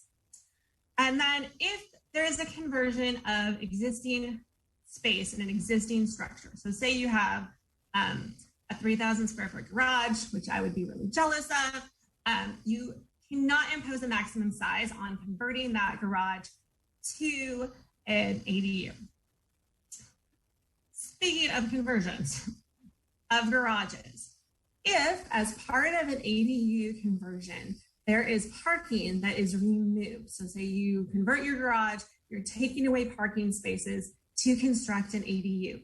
You cannot require those spaces to be replaced. This is another one that applies only to ADUs, not to junior ADUs, but you cannot have that replacement parking requirement when you're doing a conversion of an existing structure. And then another parking requirement in the state law is that you cannot impose any minimum off-street parking requirements for ADUs that are within a half mile of transit. And so if we go to the next slide, we have a nice map that shows where those areas are. So here, the little kind of purpley blue dots are transit stops in the city, and then the green area is the half mile buffer. So as you can see from this map, we're basically talking about the entire city cannot have off-street parking requirements for ADUs under state law. However, this is where the state law gets a little bit squishy. If we go to the next slide, as a coastal city, you are required to abide by state ADU law, but you are also required to uphold the Coastal Act. And the Coastal Act has a key tenet of protecting coastal access. So in the mind of the Coastal Commission, on-street parking is one of the key things that provides that coastal access. And their concern has been, if you're constructing these ADUs without any off-street parking, this might increase your parking demand and then decrease coastal access, which is a problem for the Coastal Commission. So what we've been seeing in cities that have brought their ordinances forward, been adopted, gone through the Coastal Commission hearing, is a compromise between HCD and the Coastal Commission. And they are making an exception for high demand visitor areas that are near the beach or coastal resources. And it's very specific to each city. So for instance, in Santa Cruz, they identified some specific neighborhoods where they knew they had high parking demand for the beach. In Pismo Beach, they're looking at areas that are generally within a quarter mile of the beach, and they wrote that into their ordinance. In Capitola, they just said pretty much all the areas in the coastal zone, we need to make this exception, and we need to require some off-street parking for our ADUs. So it's very specific to your city. If this is an exception that you want to consider as part of your ordinance, and the Coastal Commission is probably going to ask that you do that, what we'd want to do is talk about what that exception should be, where those high demand areas are, where you're seeing parking issues, and then call those out very specifically in the ordinance. So let's see, if we go to the next slide, I think that was where we decided it would be a good place to start a discussion, because I know parking is always an important issue, but I know I also just threw a whole bunch out. So if there are questions that I can try to answer before we get into any discussion, I'm happy to do that. Otherwise, we can start with talking about off-street parking requirements and this potential exception. Wait, Katie, are you done with your presentation? Are you going to talk about parking? Now so at this point, that's I think that's enough, probably threw enough at you. So now we would move on to just gathering some input. What kinds of things we want to include in this ordinance? And I have a bunch of different areas that jumped out at us, but I'm happy to take all and any public comments or comments from your city council. And Mayor, if I could add it, yeah. There's a few slides, about 4 or so, with questions on each one. So we could either go through each slide with the questions, or we could read all the questions to you and just go through them as. Well, why don't we go through them, and then because it gives people in the public an opportunity, because otherwise we have to open up public comment for every question. That's fine. Okay. So, yeah, we could show you all the questions right now and then talk about it after. Yeah. Okay.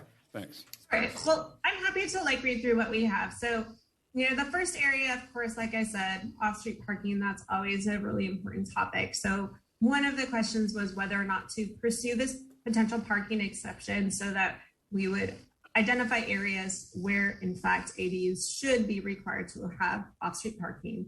And if so, what would those areas be?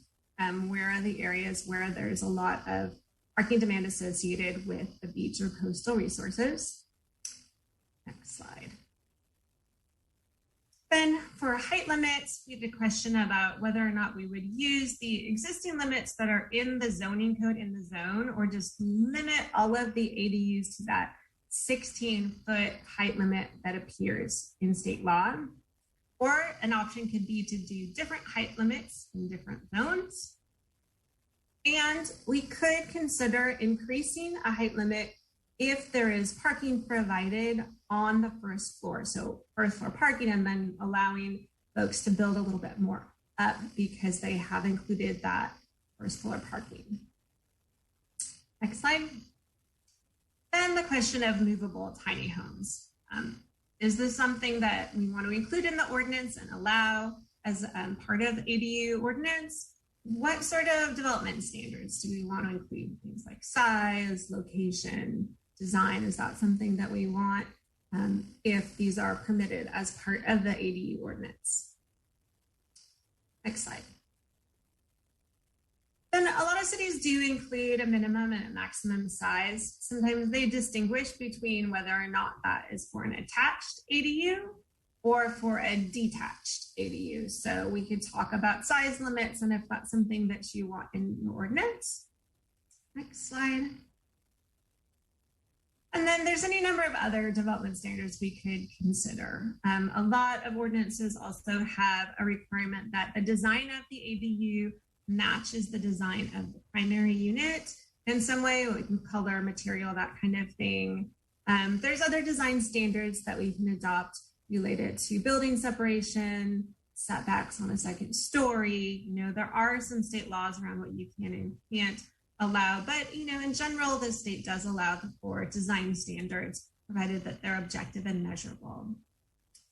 And then any other zoning requirements, should those be met, as applicable. Next slide, go ahead.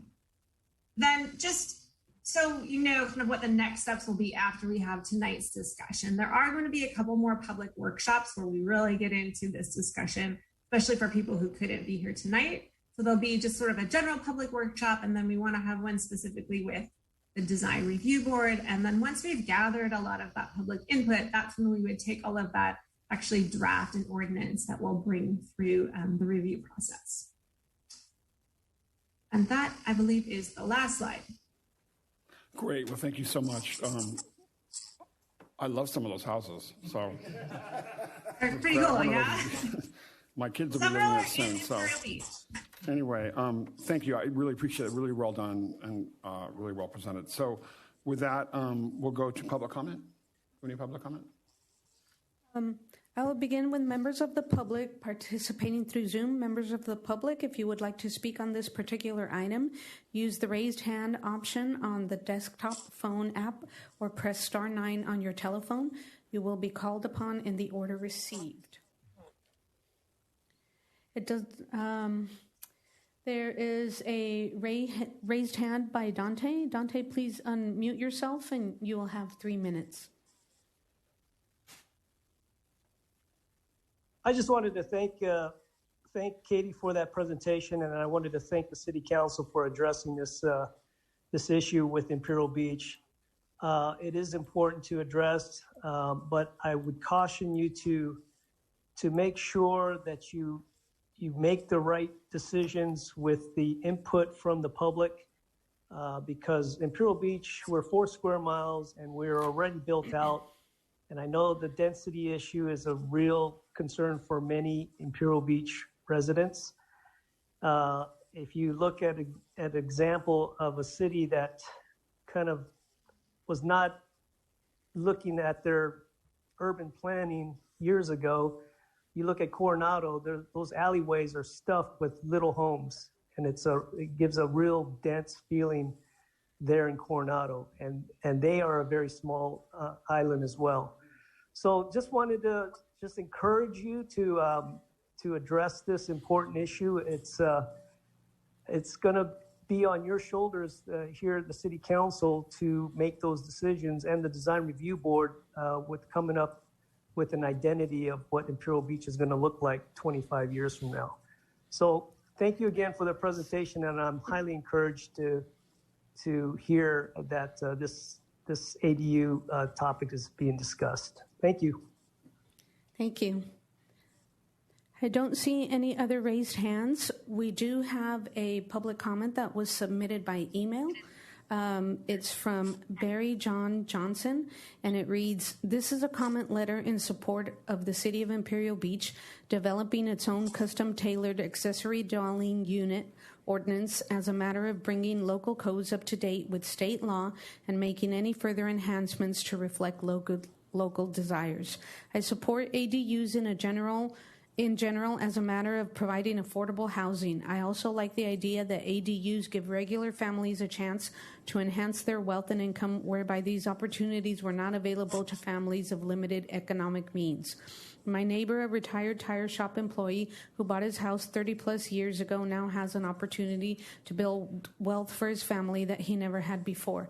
Regardless, ADU's rights are the law, and I believe we should embrace these rights by also creating pragmatic materials that help applicants realize these rights, such as the county and other jurisdictions have done with standardized building plans, etc.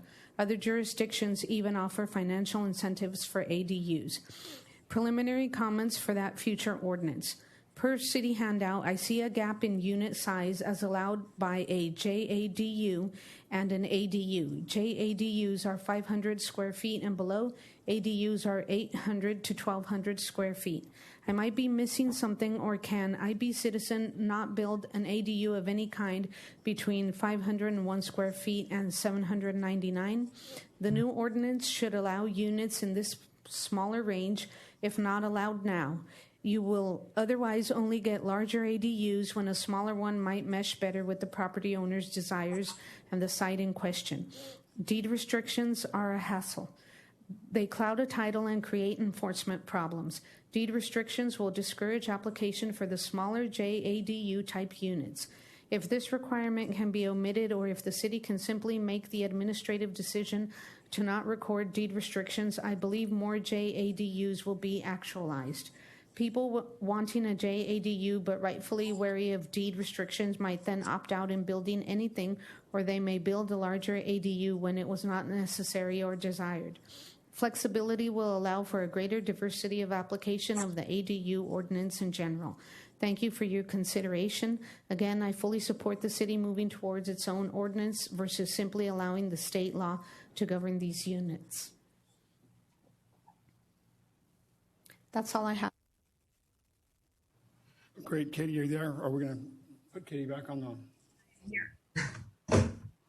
the screen so we can ask questions? Thanks. Just a clarifying question. So before we start the discussion, we have no more public comment. Is that correct? Just to be clear, we can pass an ordinance reflecting requirements or discretion to be able to change design parameters, et cetera. But regardless, there's a minimum design standard that the state allows to be approved regardless. Is that correct? So we'd have our own design standards, but someone could select the state's design and they can get that built. Is that correct? Right. Okay. That's that statewide exemption. Okay. So you have to, anything you adopt, you can be more permissive than this kind of minimum, but you have to at least allow those statewide exemption ADUs, which is those very minimal requirements, at least 800 square feet, the 16-foot height limit. You can adopt, standards beyond that, but you at least have to allow this. Okay, great. And I see Mayor Pro Tem Spriggs. Go ahead. Yeah, Mr. Mayor, I just would like to make some sort of preliminary comments because for years I've served on the League of California Cities Housing, Community, and Economic Development Policy Committee. We've looked at lots of the legislation that's come through, including that which we're governed by right now, and had lots of debates on it. Including, generally speaking, opposition to restrictive state legislation that limits the ability of locally elected officials like us to determine our own zoning based on our residents' priorities.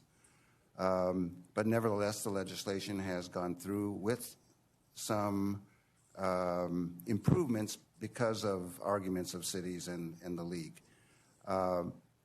Also, the issue of the coastal zone, another one that we've had my role with the League's Coastal Cities Group. We've had lots of discussions regarding the conflict between the ADU requirements implemented and enforced by the state's Housing Community Development Department and coastal access demands implemented by the California Coastal Commission. So I think it's really important for us to think about, and this kind of falls between the two public comments, think about the longer-term vision of what we want Imperial Beach to look like. What do we want Imperial Beach to look like, say, 10 years, 20 years from now? How we implement legislation like this, how we address some of the other state housing mandates that are imposed on coastal and other cities, including small cities like IB, will forever determine what these communities look like, particularly communities that are dominated by single-family residential areas such as Imperial Beach. From my standpoint, and everyone may have different set of visions or values associated with this issue, this is an important thing for us to sort of step back and think about rather than dive in addition to diving in to the individual questions that were being asked to provide guidance to Katie. From my standpoint, we have adopted a zoning approach after lots of community input, years running, several years ago, that identifies mixed-use commercial areas for high density, residential, and commercial.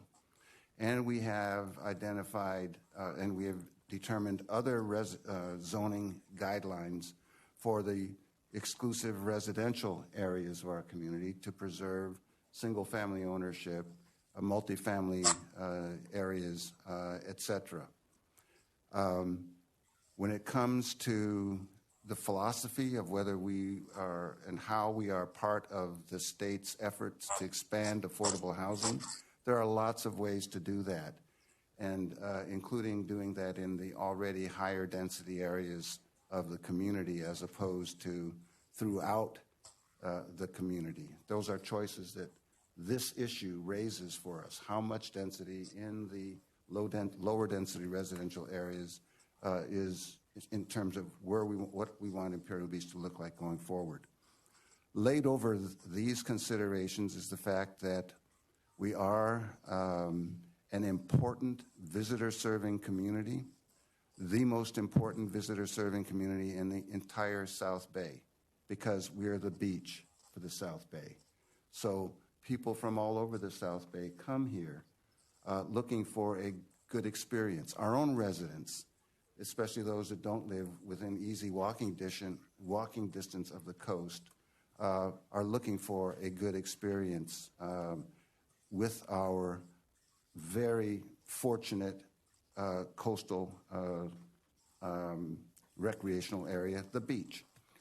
I've spoken before, and we know that there is an inherent conflict we have seen that is growing larger as we do coastal development. And this discussion, we talked about this a little bit at the council meeting where we approved a couple of mixed-use developments on Seacoast Drive that didn't require parking. And the fact that this is exacerbating the conflict between residents and visitors when it comes to parking, and it's also creating constraints for the existing and new businesses that need people to have access to them. And if they can't find a place to park, they are going to not frequent those businesses to the detriment of employment, tax generation, and the viability of our business community. So that's why I think we are now going to be doing a parking study to examine in detail what are our options, what are our challenges, what are our constraints, what kinds of policies should the city adopt, should this council adopt regarding parking, what partnerships should we have with the coastal, with the port, et cetera, in finding solutions, that sort of thing. That's all to be done in the future. But it just is to say that we've got some really fundamental issues here. So when it comes to going through some of these questions, my value system is that we've already been through the zoning exercises and fights in our community regarding density and height. And I would want to adopt policies that minimize density in the low-density residential areas and focus it on the mixed-use and higher-density areas of the community if we have to give way to state mandates. Secondly, when it comes to the question of whether parking is required of this whole issue of ADUs by state under the state provision, we're not allowed to impose parking. There have been some exceptions in the coastal zone that were cited. 3 cities are already there as precedent. I think this is where we really have the problem, because if we have ADUs within, say, 3 or 4 blocks of the coastline, then that don't require parking off-street, we have new businesses developing. We are adopting policies that exacerbate life for our residents and for our businesses and for the community. So my view is that we should adopt possibly the Pismo Beach approach, that's a quarter mile from the coast, where off-street parking, if you're going to have an ADU, you've got to provide for off-street parking. I think that's, that community has similar challenges in terms of being a visitor-serving community that we have, and I think that would make sense. To the extent that, and Katie, thank you very much for your very succinct presentation. To the extent that we can find ways to have development standards, including compatibility with the main unit, design compatibility, color scheme compatibility with the main unit in the residential areas, that at least preserves some kind of consistent architectural theme within the residential areas. And if we could, and if it provides an extra hurdle for additional ADUs and junior ADUs in the residential areas, well, that's probably a good thing, because parking is a problem all over, traffic is a problem all over. Creating more housing density in the single-family areas where we already have traffic and parking and speeding and all of that is not necessarily what we want to do, for reasons I stated before in terms of the value that our zoning was trying to implement. I don't really have a strong view about the height. I think adopting the 16-foot height requirement, we can't go lower than that. That's more restrictive. Is fine. The mobile ADUs, they're not required. Why should we have them if they're not required? To me, that doesn't make sense. Size limits, I wouldn't want to be more generous than the state minimum requirements for the size standards for ADUs. Otherwise, we already have small lots, a plethora of small lots, and it's going to be a challenge. I would not want to go below the 4-foot setback unit in our residential areas for the same reason. We're going to be encroaching on neighbors. That's going to create conflicts in communities, et cetera. So if that's the state minimum, then I think that's fine. Those are and obviously compliance with underlying zoning requirements that are objective and that everybody has to meet, I think should be built into our code as well, so that there's no ambiguity about then that everybody is treated the same and subject to the same additional zoning guidelines that we have in Imperial Beach. So those are my comments. Thank you for your patience. I'm sorry they were so long, but I've been through this so much in these different contexts that I've had a chance to think about it and reflect on some of these issues. Councilmember Fisher. Yeah, thank you, Katie. Great presentation. I've heard Mayor Pro Tem Spriggs, and I understand his concerns. However, for me, I see it a little bit different. Not necessarily 180 degrees, but I do see it differently. That with the housing allotment that's being given to us by RENA, it's going to be a hard sell for us to get these houses in. To Mayor Pro Tem Spriggs' point, zoning, it's going to have to change no matter what we need to do. I feel like there's just no possibility for us to be able to fulfill the requirement and keep our current zoning issues. I don't see how we continue to push more units into high density areas. I know like District 4 is, they're stuffed. Over where Councilman Leyva Gonzalez lives, there's a lot of people there. I don't know how you get anything else. And then you give the people the green light and you say, hey, go ahead and do this, and we really want to defer to them. And then you just have a problem that's absolutely much harder to deal with. Where I live, I have, my house is 890 square feet on almost a 9,000 square foot lot. And that's consistent with my neighborhood. Two of my neighbors have put up ADUs in the last 6 months, and they look fine. I don't see a huge problem with traffic that's going to cause problems. And so, for me, I look at it a little bit differently, again, based on what I've been seeing. For me, it's important.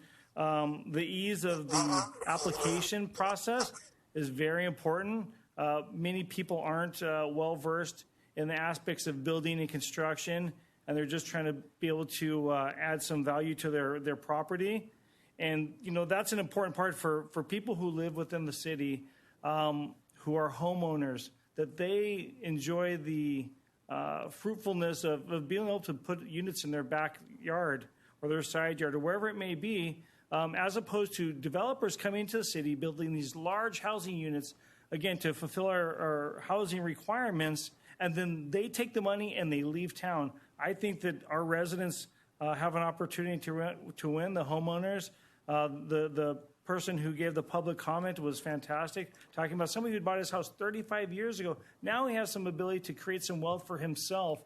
And again, I think that's an important part of the ADU process. I have a large family. None of my kids can afford a house here in Imperial Beach or an apartment. Studio apartments, last time I checked, are somewhere $1,400 to $1,700. That's absolutely insane, but that's what the market's driving. And so for me, again, a schedule of fees that a person can expect to pay, making the application process easy, and again, just being able to help residents do it on their own without having to hire people. Again, most people, in my opinion, who want to do it to build their own personal wealth as an individual, not as a company, not as a contractor, not as a construction expert, are going to try to do it the best that they can, follow all the rules, but also to do it for the least amount of money out of their pocket. And that's an important part for me. So I think that is all the comments that I had, and I don't think I have anything else. Thank you. Great. Thank you, Councilmember Aguirre. Thank you, Mr. Mayor.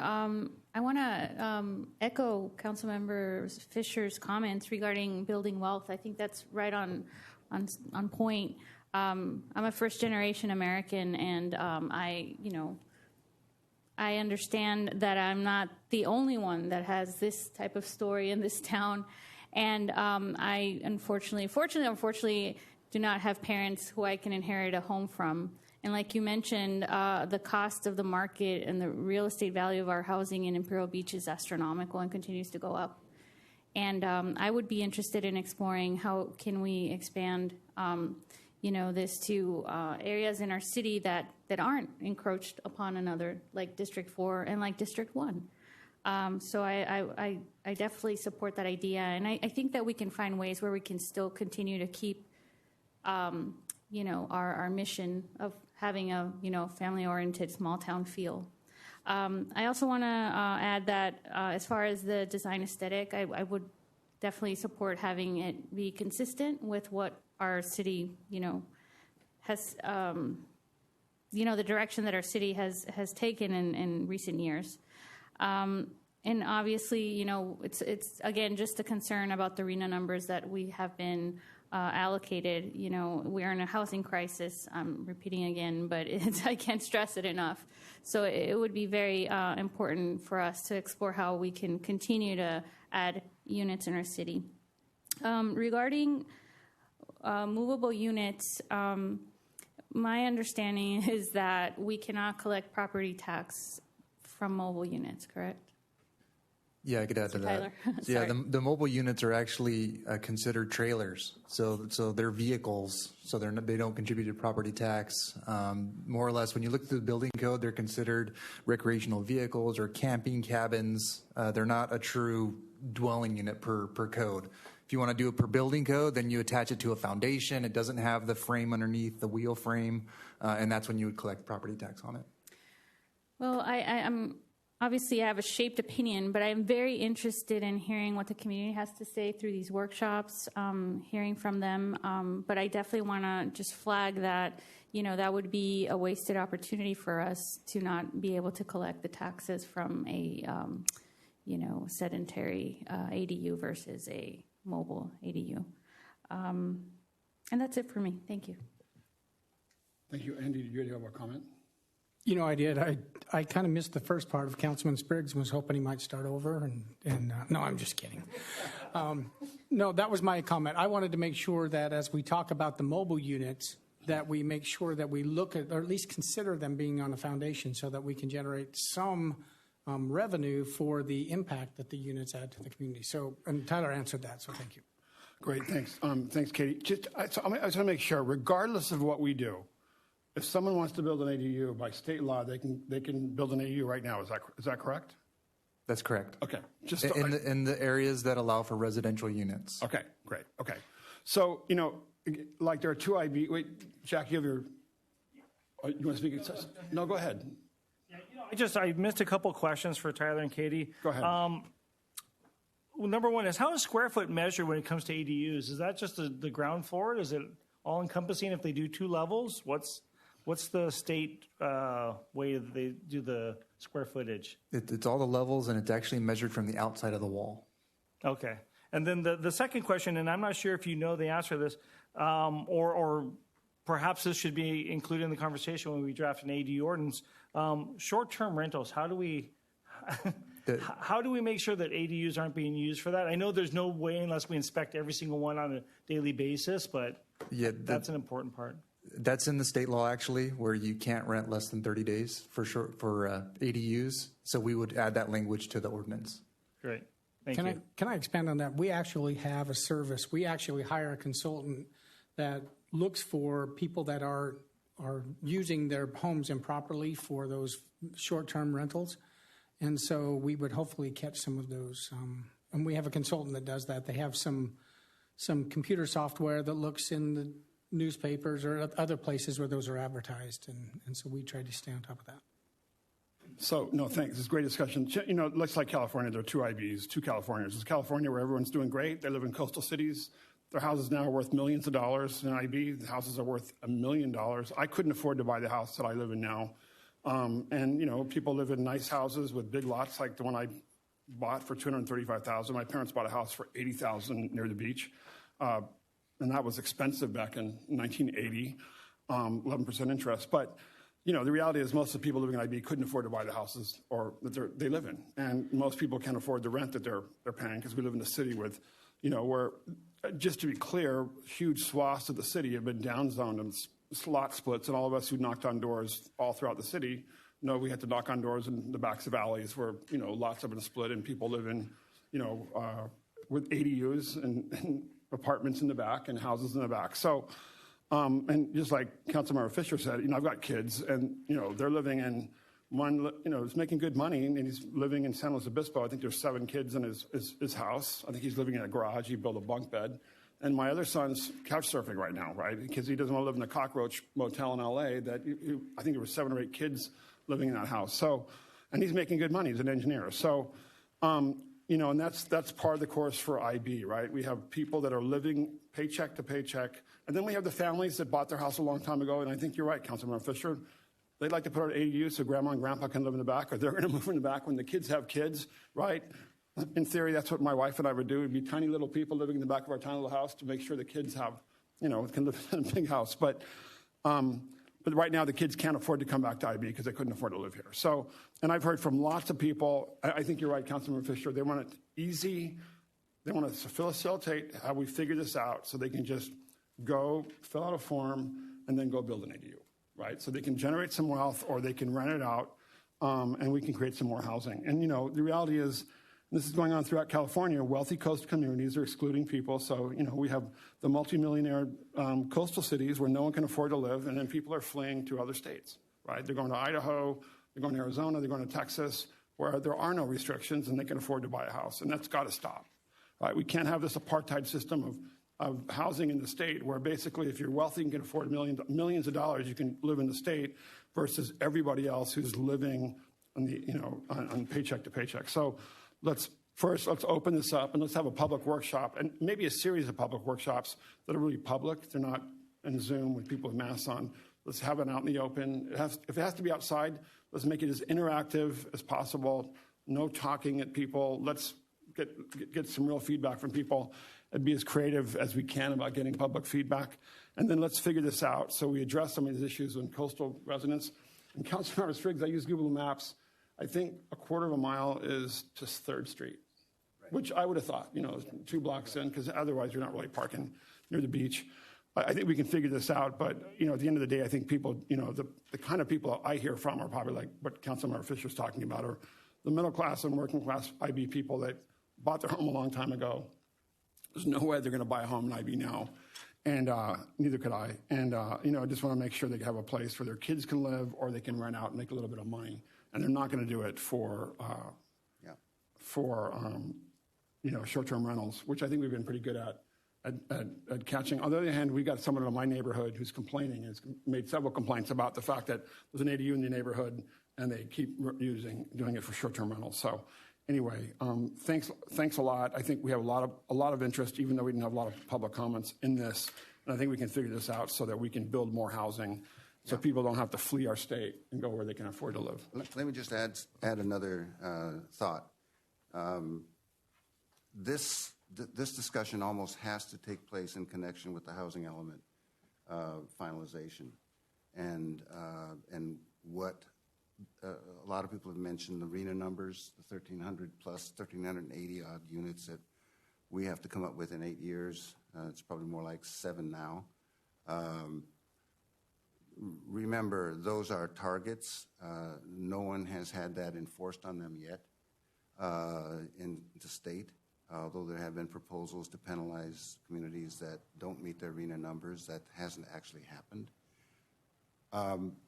We are right now dealing with a set of RENA numbers that are, in terms of that 1,300 plus units, that are excessive for this community. This council has taken that position, that that's an excessive amount. That's why we are party to a lawsuit to challenge the Sandag decision that resulted in that allocation. So one of the questions would be, and it's not whether we will or we won't have ADUs. We're going to have ADUs by state law. People in this community are going to have the opportunity to develop ADUs, at least the homeowners, the 30% that own their own homes will. Have that opportunity. The other 70%, you know, we will have to find other ways to provide housing opportunities for them. But the problem is what happens if we don't think about the impact of 1,300 units done solely by ADUs? What would that look like if ADUs were the way we were going to solve our RENA issue and without any other policies or approaches for maybe high-density development along the Palm Avenue commercial zone, for example, from 13th or so West, which is close to public transportation, don't have to have cars to get to public transportation, et cetera, and it's not having as great an impact on the residential areas of the community. And there's already a need for a better tax base, more businesses that could serve that higher density population. I'm just saying there's another way. There are other ways to meet the 1,300 units rather than totally through reliance on the ADU situation. And what would total reliance on ADUs do to how much of a transformation of our single-family community would that be? Yes, on an individual basis, it's a great opportunity for a homeowner to create, something for their kids, their grandparents, et cetera.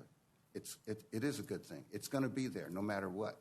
The question is how much of that kind of development is appropriate for Imperial Beach single-family areas. And if it's 1,300 ADUs and junior ADUs, what does that mean for the community? So I'm just saying we need to have this conversation along with the discussion about our RENA numbers and our housing element, and have a strategy for what we're really trying to do in Imperial Beach regarding meeting our RENA numbers and creating opportunities for people to have ADUs that are thought through in terms of how that should work, and including the parking issues, the architectural issues, the ease of application issues, the coastal parking conflict, and that sort of thing. So I look forward to a robust, discussion. There's certainly a lot of viewpoints even on the City Council. So thanks. Great. Any additional questions or comments? Awesome. Great. Thank you very much. And no actions required, so we'll move on. Thank you so much, Katie. I appreciate it. And let's save some of those housing designs, because I definitely want to put one on my backyard. So anyway. Absolutely. Thank you so much. Great. And thanks, Tyler. Appreciate that. And now, as moved by the City Council, item 3 from consent agenda will be discussed for clarification. This item is the second reading adoption of ordinance number 2021-1202, amending the Imperial Beach Municipal Code section 12.33 concerning special events permits. Councilmember Fisher, do we want to just make sure we're clear on what the item is, or do we summary, or do you want to talk, Chuck? Yeah, I just wanted to make sure that, this ordinance, that the language is clear and that the process is understood. What I've come across this week, I've had a couple people who've contacted Courtney who want to put on events and, are surprised that at this meeting we don't have the approval for their event for the City Council to approve. I don't know, Andy, could you kind of explain to me, because I don't know the current process when somebody reaches out to Courtney requesting an event. What's the current process? Maybe I should ask current, like before the adoption of this ordinance, or if this ordinance is adopted? Previous to this ordinance. Oh, okay, previous to this ordinance. And I think that's a good question. That's why we brought to you the updated policies and procedures for special events. I think what happened before is that almost every one of the events was very organic. And so depending on the event, they may have to go meet with the fire department, or they may have to go meet with maybe to get a business license or whatnot. And every event just kind of, there was no set procedures. And so we were kind of chasing our tails a little bit. So the idea is, and it was kind of a perfect storm, I believe, but the idea was to take all of those different approval processes that we had in the city. Sometimes you might need, for instance, a health permit. Other times you might need to get approval from the lifeguards to have, say, a surf contest to make sure that you could get the lifeguard trucks back and forth through the event, some of that. But none of that was written down in one spot. It was kind of all over the place, and it was a little organic. So the idea is coming out of COVID, we knew that people were going to be wanting to have a lot of special events, and that's proved to be true, right? And so what we wanted to do was make sure that we had a clear set of policies to process these events, because it wasn't clear before. There wasn't a really good set process. We didn't have an application form that was consistent for each event. And so basically it was a little bit of muddling through each different event. So the idea was that now, regardless of what the event is, there would be a process that we would follow. And that's what we attempted to do. And, you know, way back, I was a land use planner, and Tyler works too hard, so I gave that up to become a city manager, right? You guys know how hard he works. So I gave that up to become a city manager, but I think it's a good parallel. So one of the things, for instance, I know that most of the developers would like to come to you and say, I want you to approve my project before I start it. It would be really great before I spend any time, any effort, any energy to get a pre-approval from the city council, and just then I don't have to worry about anything. I'll put together whatever I want to in the end. Well, that's not the way it happens. So what we do is we make sure to work with those applicants and give you guys enough information to make a well-informed decision. We make sure that you understand the concept of the development. We make sure that it's consistent with the zoning. We make sure that it's consistent with the other regulations of the city, and we bring that to you, and the city council at that point can provide approval to the development project. Now, it's not finished. They still have to go back and complete their blueprints. They still have to do surveys. They still have to line up builders. They still have to do other. So it's not a finished product, but it's far enough down the line that the city council knows what they're approving. So that's what we are. That's what we were attempting to do. Let me take that back.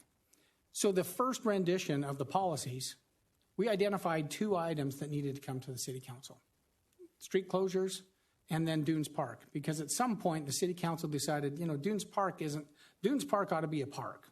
It's kind of constrained. There's not a lot of room there. That's not a place for special events. Just down the street we have Pier Plaza. Let's have our special events at Pier Plaza. So we brought the initial policies to the city council and said, hey, we'll approve these administratively by staff, but there's a couple of places where the city council needs to be involved. What we heard in that meeting, and it was pretty clear to us, is that the city council would like to be involved in the approval process for these special events. And so at that point in time, if the city council is going to become the approving body for the special events, we needed to make a change to the municipal code. And that's what this ordinance does. So if the city council wants to be the body that approves special events, then we needed to change the municipal code. We took a time out, put together the ordinance, put it on the agenda last time it was introduced. What is on the agenda tonight is the second reading of that ordinance. Typically, the second reading goes on consent because it was discussed when the first reading was introduced and the council had a discussion. So if the ordinance is passed tonight, that would make the city council the approving body of special events in the city. So I suppose the way the staff would approach that is very similar to what I described with the building process. We would want to know the date of the event, how big the event is going to be, something about the attendance. Maybe do you need to close off the street, or do you have a public safety plan? The basics of the event, enough for the council to make a well-informed decision. Then we would bring it to the city council, and you would decide whether or not that event should be approved.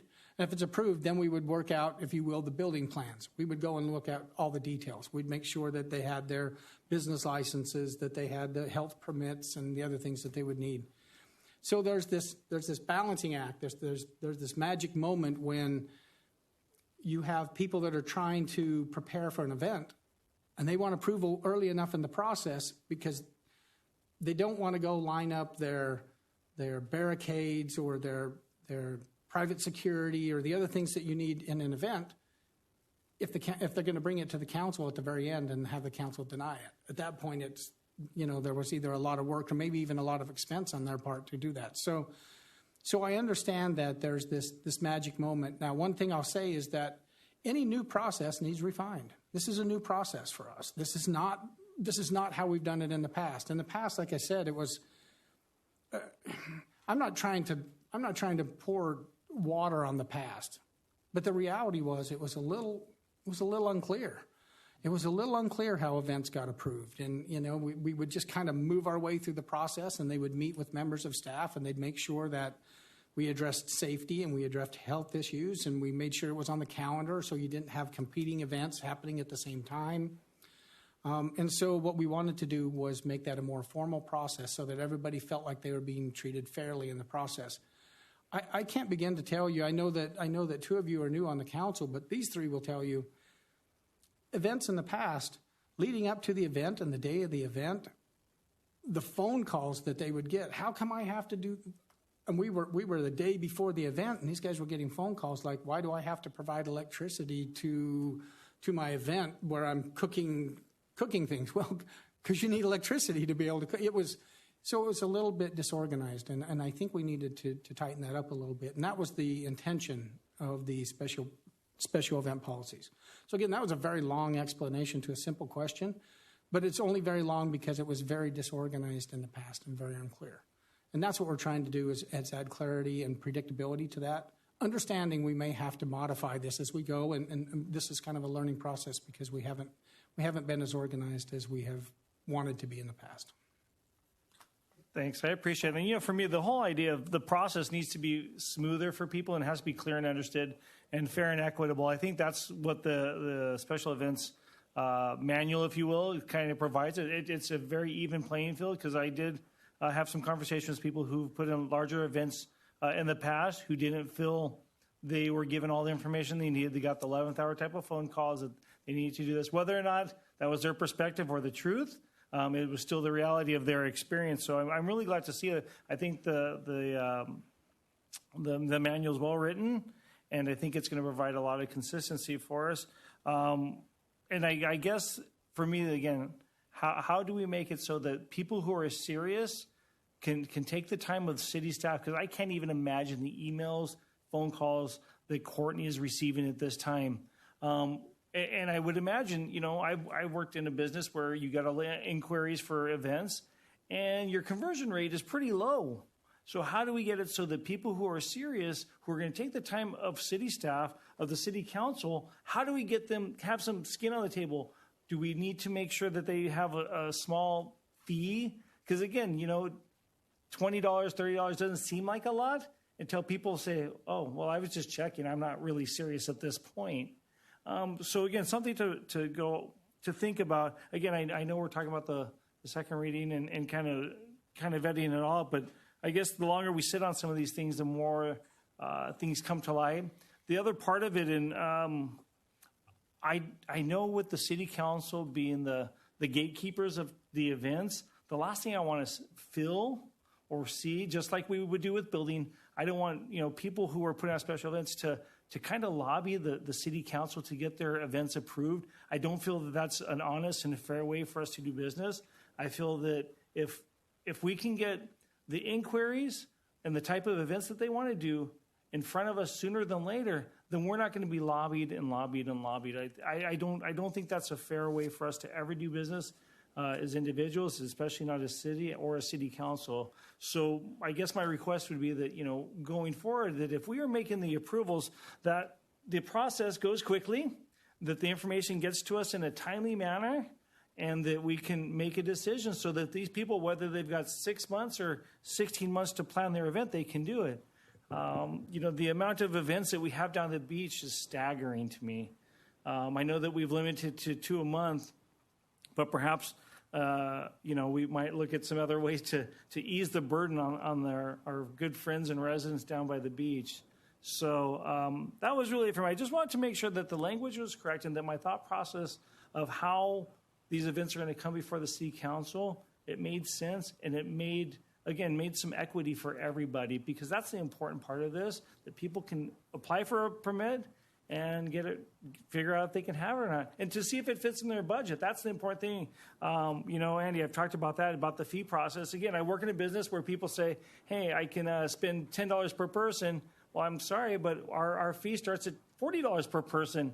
This may not be the place for you, and that's okay. But to put in the time and the effort, especially from Courtney and whoever assists her, I sure hope she has some assistance.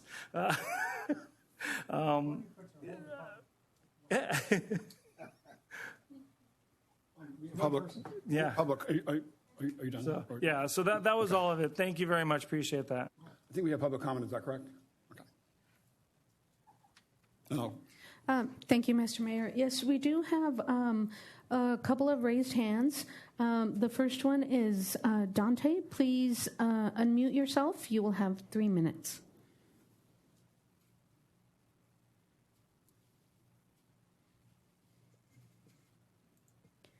Dante? Oh. Yes, hello. It takes a while there. Thank you again, Jackie. I wanted to make a comment on City Manager Hall's comments about IB's events in the past. That was IB. That was local style. Everything was grassroots, and it was pretty cool back then. And I really appreciated the excitement that the local organizations here in Imperial Beach created these special events. Just, you know, it was organic, it was homegrown, it was grassroots, it was fun, and there was a lot of excitement in the air. And I just wanted to stress the importance of having the local military organizations having access to Veterans Park without all of the regulations and all these new requirements. I'd really like to fight for that continuation of respecting the military organizations here, the local American Legion, the Fleet Reserve Center, VFW. That is our park. That's Veterans Park, and we'd really like to see that continuation of honoring and respecting the veterans here of Imperial Beach. But hopefully we can have our events, and we can, you know, do that in an easy way and in a way that has been going on for decades. So thank you for talking about this. I do appreciate that. I do want to just express my support for the local military organizations for Veterans Park for their special events. Thank you. Thank you. We also have a raised hand by Marcus Boyd. Please unmute yourself, and you will have 3 minutes. Hi, thank you. I actually had a different statement, but I want to, although the city manager took quite a bit of time to explain all that, I want to say thank you for that, because it added an enormous amount of clarity and answered a couple of different questions simultaneously. So your time is going to limit my time. I just wanted to, there has been, I wanted to say thank you for making it equitable and making it transparent to have events, because I've seen in the past where it wasn't, and it's not a guesswork. It was really 11th hour. I'm an insurance guy in town, so you know, I would get the calls, and people weren't aware that they had to have insurance, or they weren't aware that other things, they were getting the insurance, but then they were telling me they weren't aware of other things that were happening, and they were totally stressed out before their event. So making it equitable, I think, is a wonderful idea. Thank you very much for doing that. Have a nice day. Thank you. Any additional public comment? Yes, Mr. Mayor, I do have a public comment that came in via email. The comment is from Mike Hess of Hess Brewing. It says, on tonight's docket is second reading and adoption of ordinance number 2021-1202. This email is about that issue. Thank you for the opportunity to speak, Mr. Mayor, council, manager, staff, and public. Greetings from Mike Hess. On the topic of the council seeing and hearing about events on the consent agenda, I would only ask that consideration be given to an approval in principle designation for events conditioned upon the applicant making all of the necessary arrangements and fulfilling all of the requirements before the event's date. The rationale for this is this. An event such as an Oktoberfest or the like, one that involves soundstage, bands, fencing, rerouting buses, etc., are time-consuming, involve the early outlay of cash to secure reservations, line up bands, etc., gain permits, ABC or otherwise, etc. The way the policy is currently written is that all steps must be taken before the council can hear about a request or before it can be put on the docket. The result is that the applicant may go through dozens or more hours, spend many non-refundable funds, cause work to be performed by other third parties who are looking to get licensed in IB, etc., all before getting on the docket, only to have the chance that the event is denied. Contrarily, an approval in principle contingent that all licensing and safety issues, permits, etc. are fulfilled would allow the applicant to proceed with reasonable assurance that their event will be approved. I appreciate the consideration of this modification to the policy and welcome any questions from council or others. Thank you for your time. Cheers, Mike. Thanks, everyone, for their comments. Are there any additional public comments? No, Mr. Mayor. I don't see any additional comments here. Are hands raised? Nobody else? Okay. Okay. Matthew, go ahead. Thank you, Mayor. I'd like to just add on to some of the comments that Councilman Fisher made. With everyone being locked away for 19 plus months, it's apparent that everyone really wants to get out. A lot's kind of riding on this June 15th deadline. So I know everyone's kind of curious to see, you know, the rollout and the restrictions being lifted. But I feel that it's our responsibility to contribute to our small businesses in this city having an opportunity to have events so that our residents, our local residents, can get out, enjoy themselves, commingle, all the things that was taken from us, not because of anything that we were able to make decisions for. So I would like for us to understand that and be able to work along with a lot of these businesses to try to assist them in any way we can. And I know Courtney is probably being substantially bombarded with a lot right now. So if we need to help her with the whole process of, you know, getting as many of these individuals, however we go about deciding to make sure they get scheduled, but I feel it's our responsibility to try to help out as many of these small businesses, because the unfortunate just is for a long time a lot of these small businesses had to be shut down. A lot of the individuals that work in these businesses, you know, they weren't working, having difficulty getting unemployment. So this is an opportunity for individuals to recoup some funds, let our residents get out, and summer and the nice weather. I'm really looking forward to it as well. That's all I have, Mayor. Thank you. Great, thank you. Mayor Pro Tem Spriggs? Yes, I think the comments by my colleagues are right on the mark, as well as the public comments. And this is an experimental thing that we're doing, and it is new. None of us probably has the full picture of what a year of events, of special events and special event permits looks like in Imperial Beach, ranging from little tiny 10-person weddings on the beach to Sun and Sea and the big events, you know, that we all are aware of, but there's all the stuff up to those big events that we're all aware of that is involved here, all of which involves some people putting out a lot of energy and effort to organize the event, and to some degree, depending on the size. But for even a small event, like a wedding, it takes a lot of preliminary planning.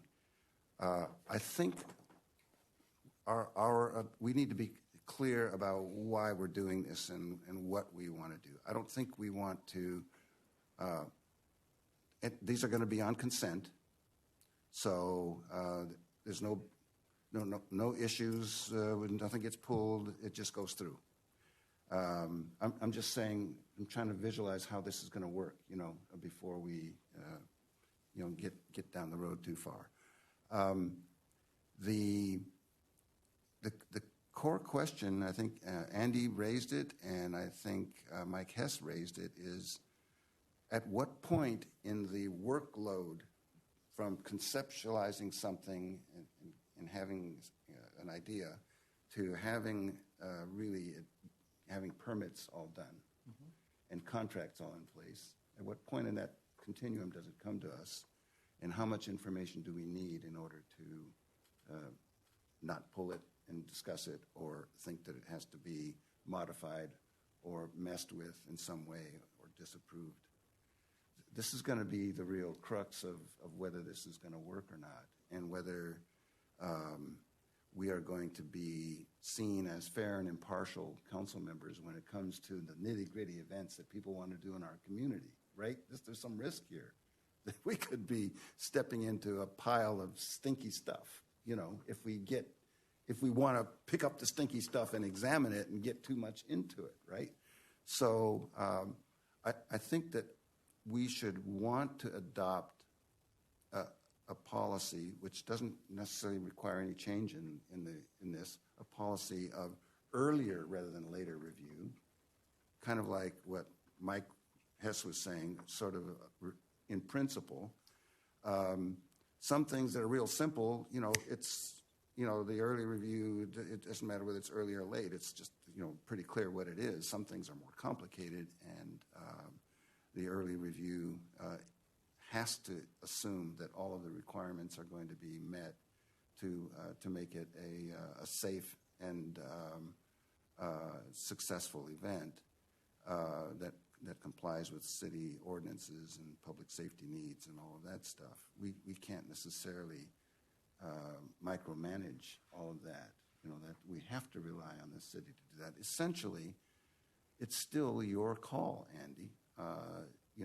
In terms of what it takes to actually approve something. We're kind of at the principal level, but you and the staff, Courtney, et cetera, are the ones who are going to be carrying out, and through the completion and the actual occurrence of the event, by then we will have long since had it pass through the consent process, whatever happens during that meeting, and then it's on to you. So if we approach this right, I think we're all in the know in terms of what's planned, what the dates are, what the scope of it is in general, and then it moves on to the city staff for the details and making sure that it all works.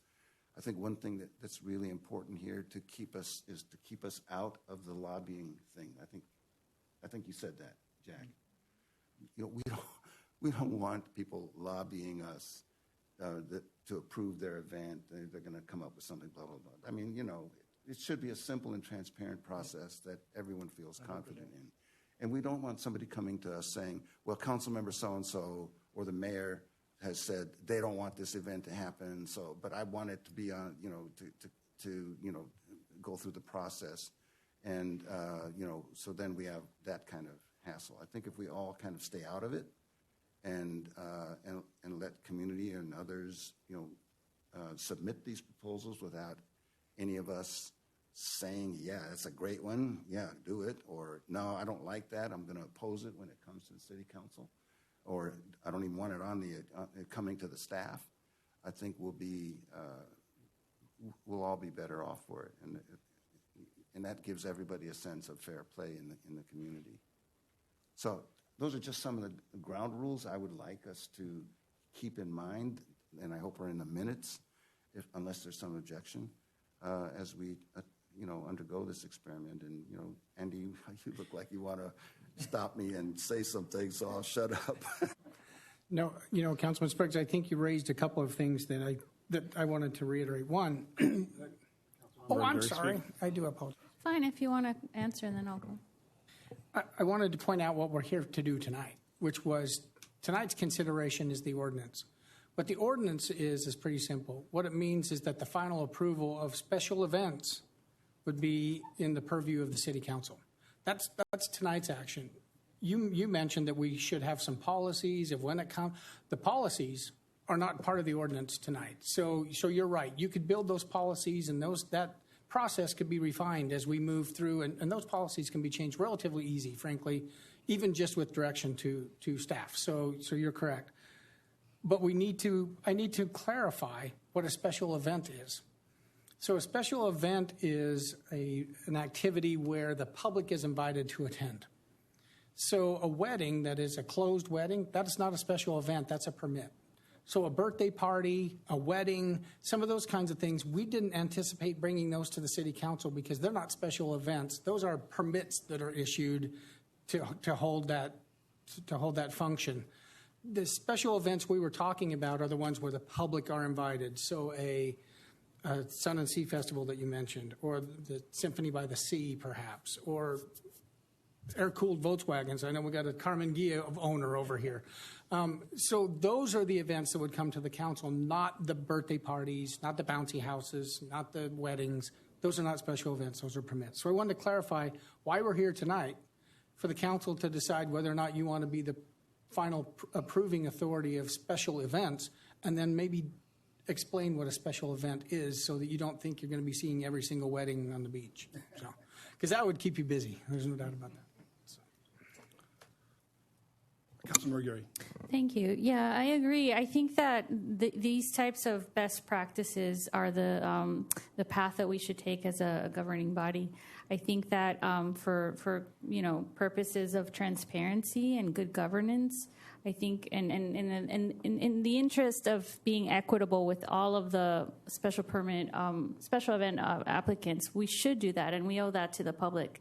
I think that having those before us and having a sense of the size, the scale, the number of permits involved firsthand, and then adjusting. Maybe we can, speaking of administrative versus policy, we can think about thresholds, right?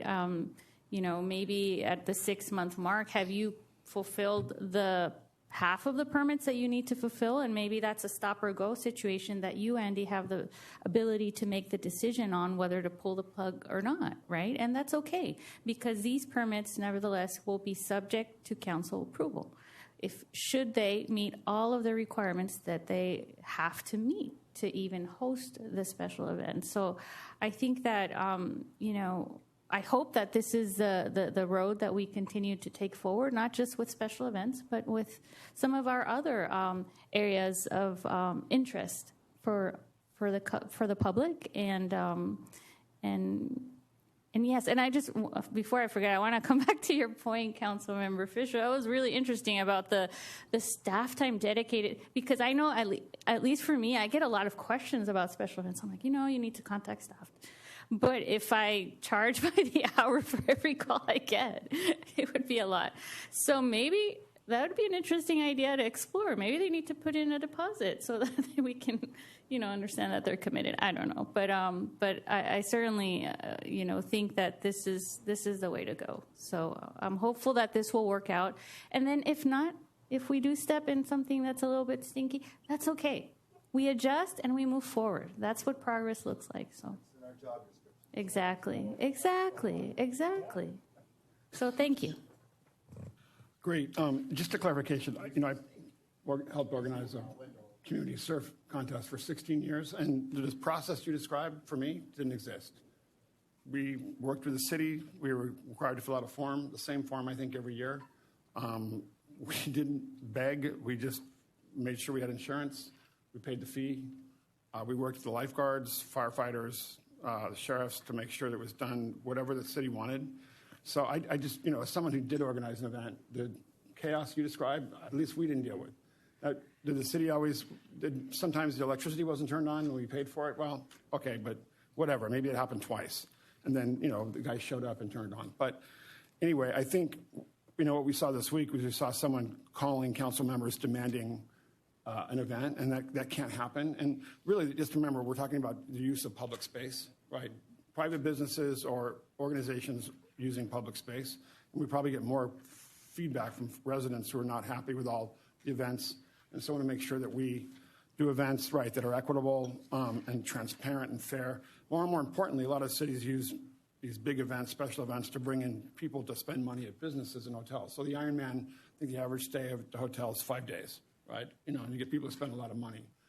So I think that's what we need to look at. We're going to do these big events that close off streets. There's the community events like IBAC does, skateboard contest, or they do, the over the line. Those are great community-based events. They have little impact for the residents. And then we've got the, Sun and Sea Festival, which is larger and brings in a lot more people, but really does benefit local businesses. So, and we have the Ironman that's, super professional. They pay a lot of money for their fees. And they are, I think, the city describes them as sort of like the top of the line in terms of their professionalism. So, I think that's what we want to look at events that are going to be a positive for the city, not require a lot of police, right? And bring in people who want to spend money at the hotels and restaurants, especially on the beachfront. But then, facilitate, obviously, when we have, the military folks want to put on an event, a small community event or a Memorial Day celebration at Veterans Park. That's easy, right? So anyway, I know it's a lot of work.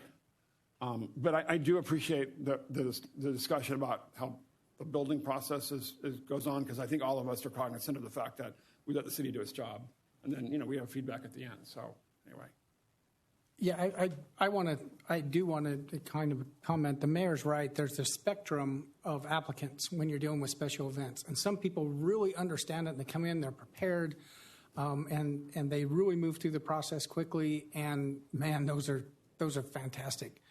Other times, and they can be even just the smallest event, it is really difficult to help them through the process. And it's a lot like the building process. Some people get it, they know it, they're prepared, they can do it.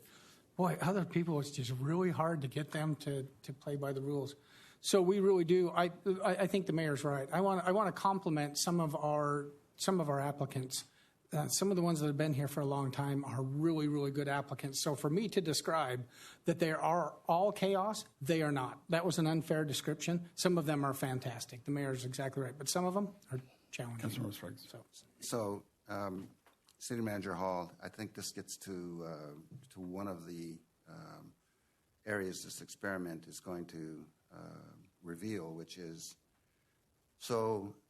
and that's the timing of when something gets on the consent agenda, right. Especially if it's a new applicant and you don't know how well they're going to comply with the rest of the process after the city council doesn't act on the consent calendar, so therefore it's approved, right? And they say, well, it's already approved, so why do I have to do this or why do I have to do that? That's a good point. We have to be clear, and Mike Hess mentioned this, we have to be clear that any item approved on the consent agenda, and maybe this needs to be written into that agenda item on the consent agenda, is approved. If it's approved, it's subject to full compliance with the city's requirements, right? So that they can't come back and say, hey, give you a hard time because the council has already taken a look at it in a preliminary form. Correct, and we hopefully can use that as leverage to say it was approved, but you've got to meet all the conditions. Right. Absolutely. I just want to make sure that it's clear to applicants when we do this process that relieves us from having to look at a detailed application that's already ready to be to take place, because that means you've done a lot of work at a big expense, and the applicant's done a lot of work, and it's really beyond the point where us asking questions or asking for something to be done differently that carries with it a tremendous cost. And so there's balancing that versus an earlier approval where we don't have all the details and the information, but we leave it to you and the staff to make sure that all gets developed and processed and approved. So I don't know. I think it's going to be, I think that idea of 6 months, and let's take a look at how this is working. That'll take us through the high season where most of the events are going to take place. And, we should come back on an agenda item and get a sense from you and Courtney how it's worked.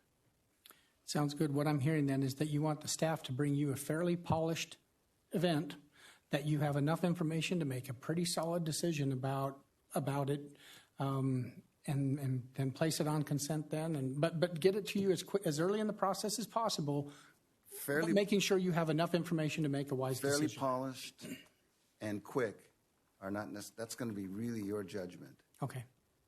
Don't you think, Mr. Mayor and council members, it's really going to rides on us a little bit. I understand that. Because, Sure. I think part of it's going to be that, I'm sure, Andy, between yourself and Courtney, mostly Courtney, that she'll be able to vet some of these events. Somebody says we want to do a mud truck pull on Pure Plaza. Okay, sorry, it's not going to happen here. So I think we're going to see a lot of events. Are you sure, too? That sounds awesome. Matthew's going to sign up. Sorry, I meant to say mud golf cart truck pulls. There you go. Then we get Matthew right in there. But I think that the thing is really, get that forward questionnaire, get it vetted real quick, and then we get in front of us, because the whole idea is not to take our time in the city council meetings. The whole idea is to keep us in the loop. I think that was the main thing that came up, was keep us in the loop so that it's on the consent calendar. We all have the opportunity to see it, to discuss in our briefings if there's anything we need to talk about. But I don't think it needs to take up a lot of our time. We have so much stuff going on in the city that needs our attention, our time. But I think it really will help us keep in the loop. And if we do get into this, modify it, like you said, talk about some policies and procedures. And again, I think overall we're going to have a really good product. And if we don't, then we just change. That's okay. And for the public comment, I agree. We have Veterans Park. It was dedicated for our veterans. We'll make sure that they have priority in Veterans Park. That makes a lot of sense. And we'll make sure to bring that to you in the near future. I thought that was a great suggestion. So the only thing I think the public heard was that Councilmember Fisher wants to have a monster truck mud event at Pure Plaza, and that Councilmember Leyva Gonzalez is going to compete in his golf cart. Anyway, thanks everybody. It's a really good discussion. Appreciate the public, and thanks to the staff for all the work they do to make these events happen. I know it's a lot of work. So I'd like to entertain a motion to approve ordinance number 2021-1202, amending the Imperial Beach Municipal Code section 12.33 concerning special event permits. Aguirre, so moved. Fisher, second. Great, thank you. There is a motion by Councilmember Aguirre, second by Councilmember Fisher, to adopt ordinance number 2021-1202. Councilmember Aguirre, how do you vote? Aguirre, aye. Councilmember Leyva Gonzalez, how do you vote? Leyva Gonzalez, aye. Councilmember Fisher, how do you vote? Fisher, aye. Mayor Pro Tem Spriggs, how do you vote? Spriggs, aye. Mayor Dedina, how do you vote? Aye. Motion carried unanimously. Meeting adjourned. Thanks, everyone.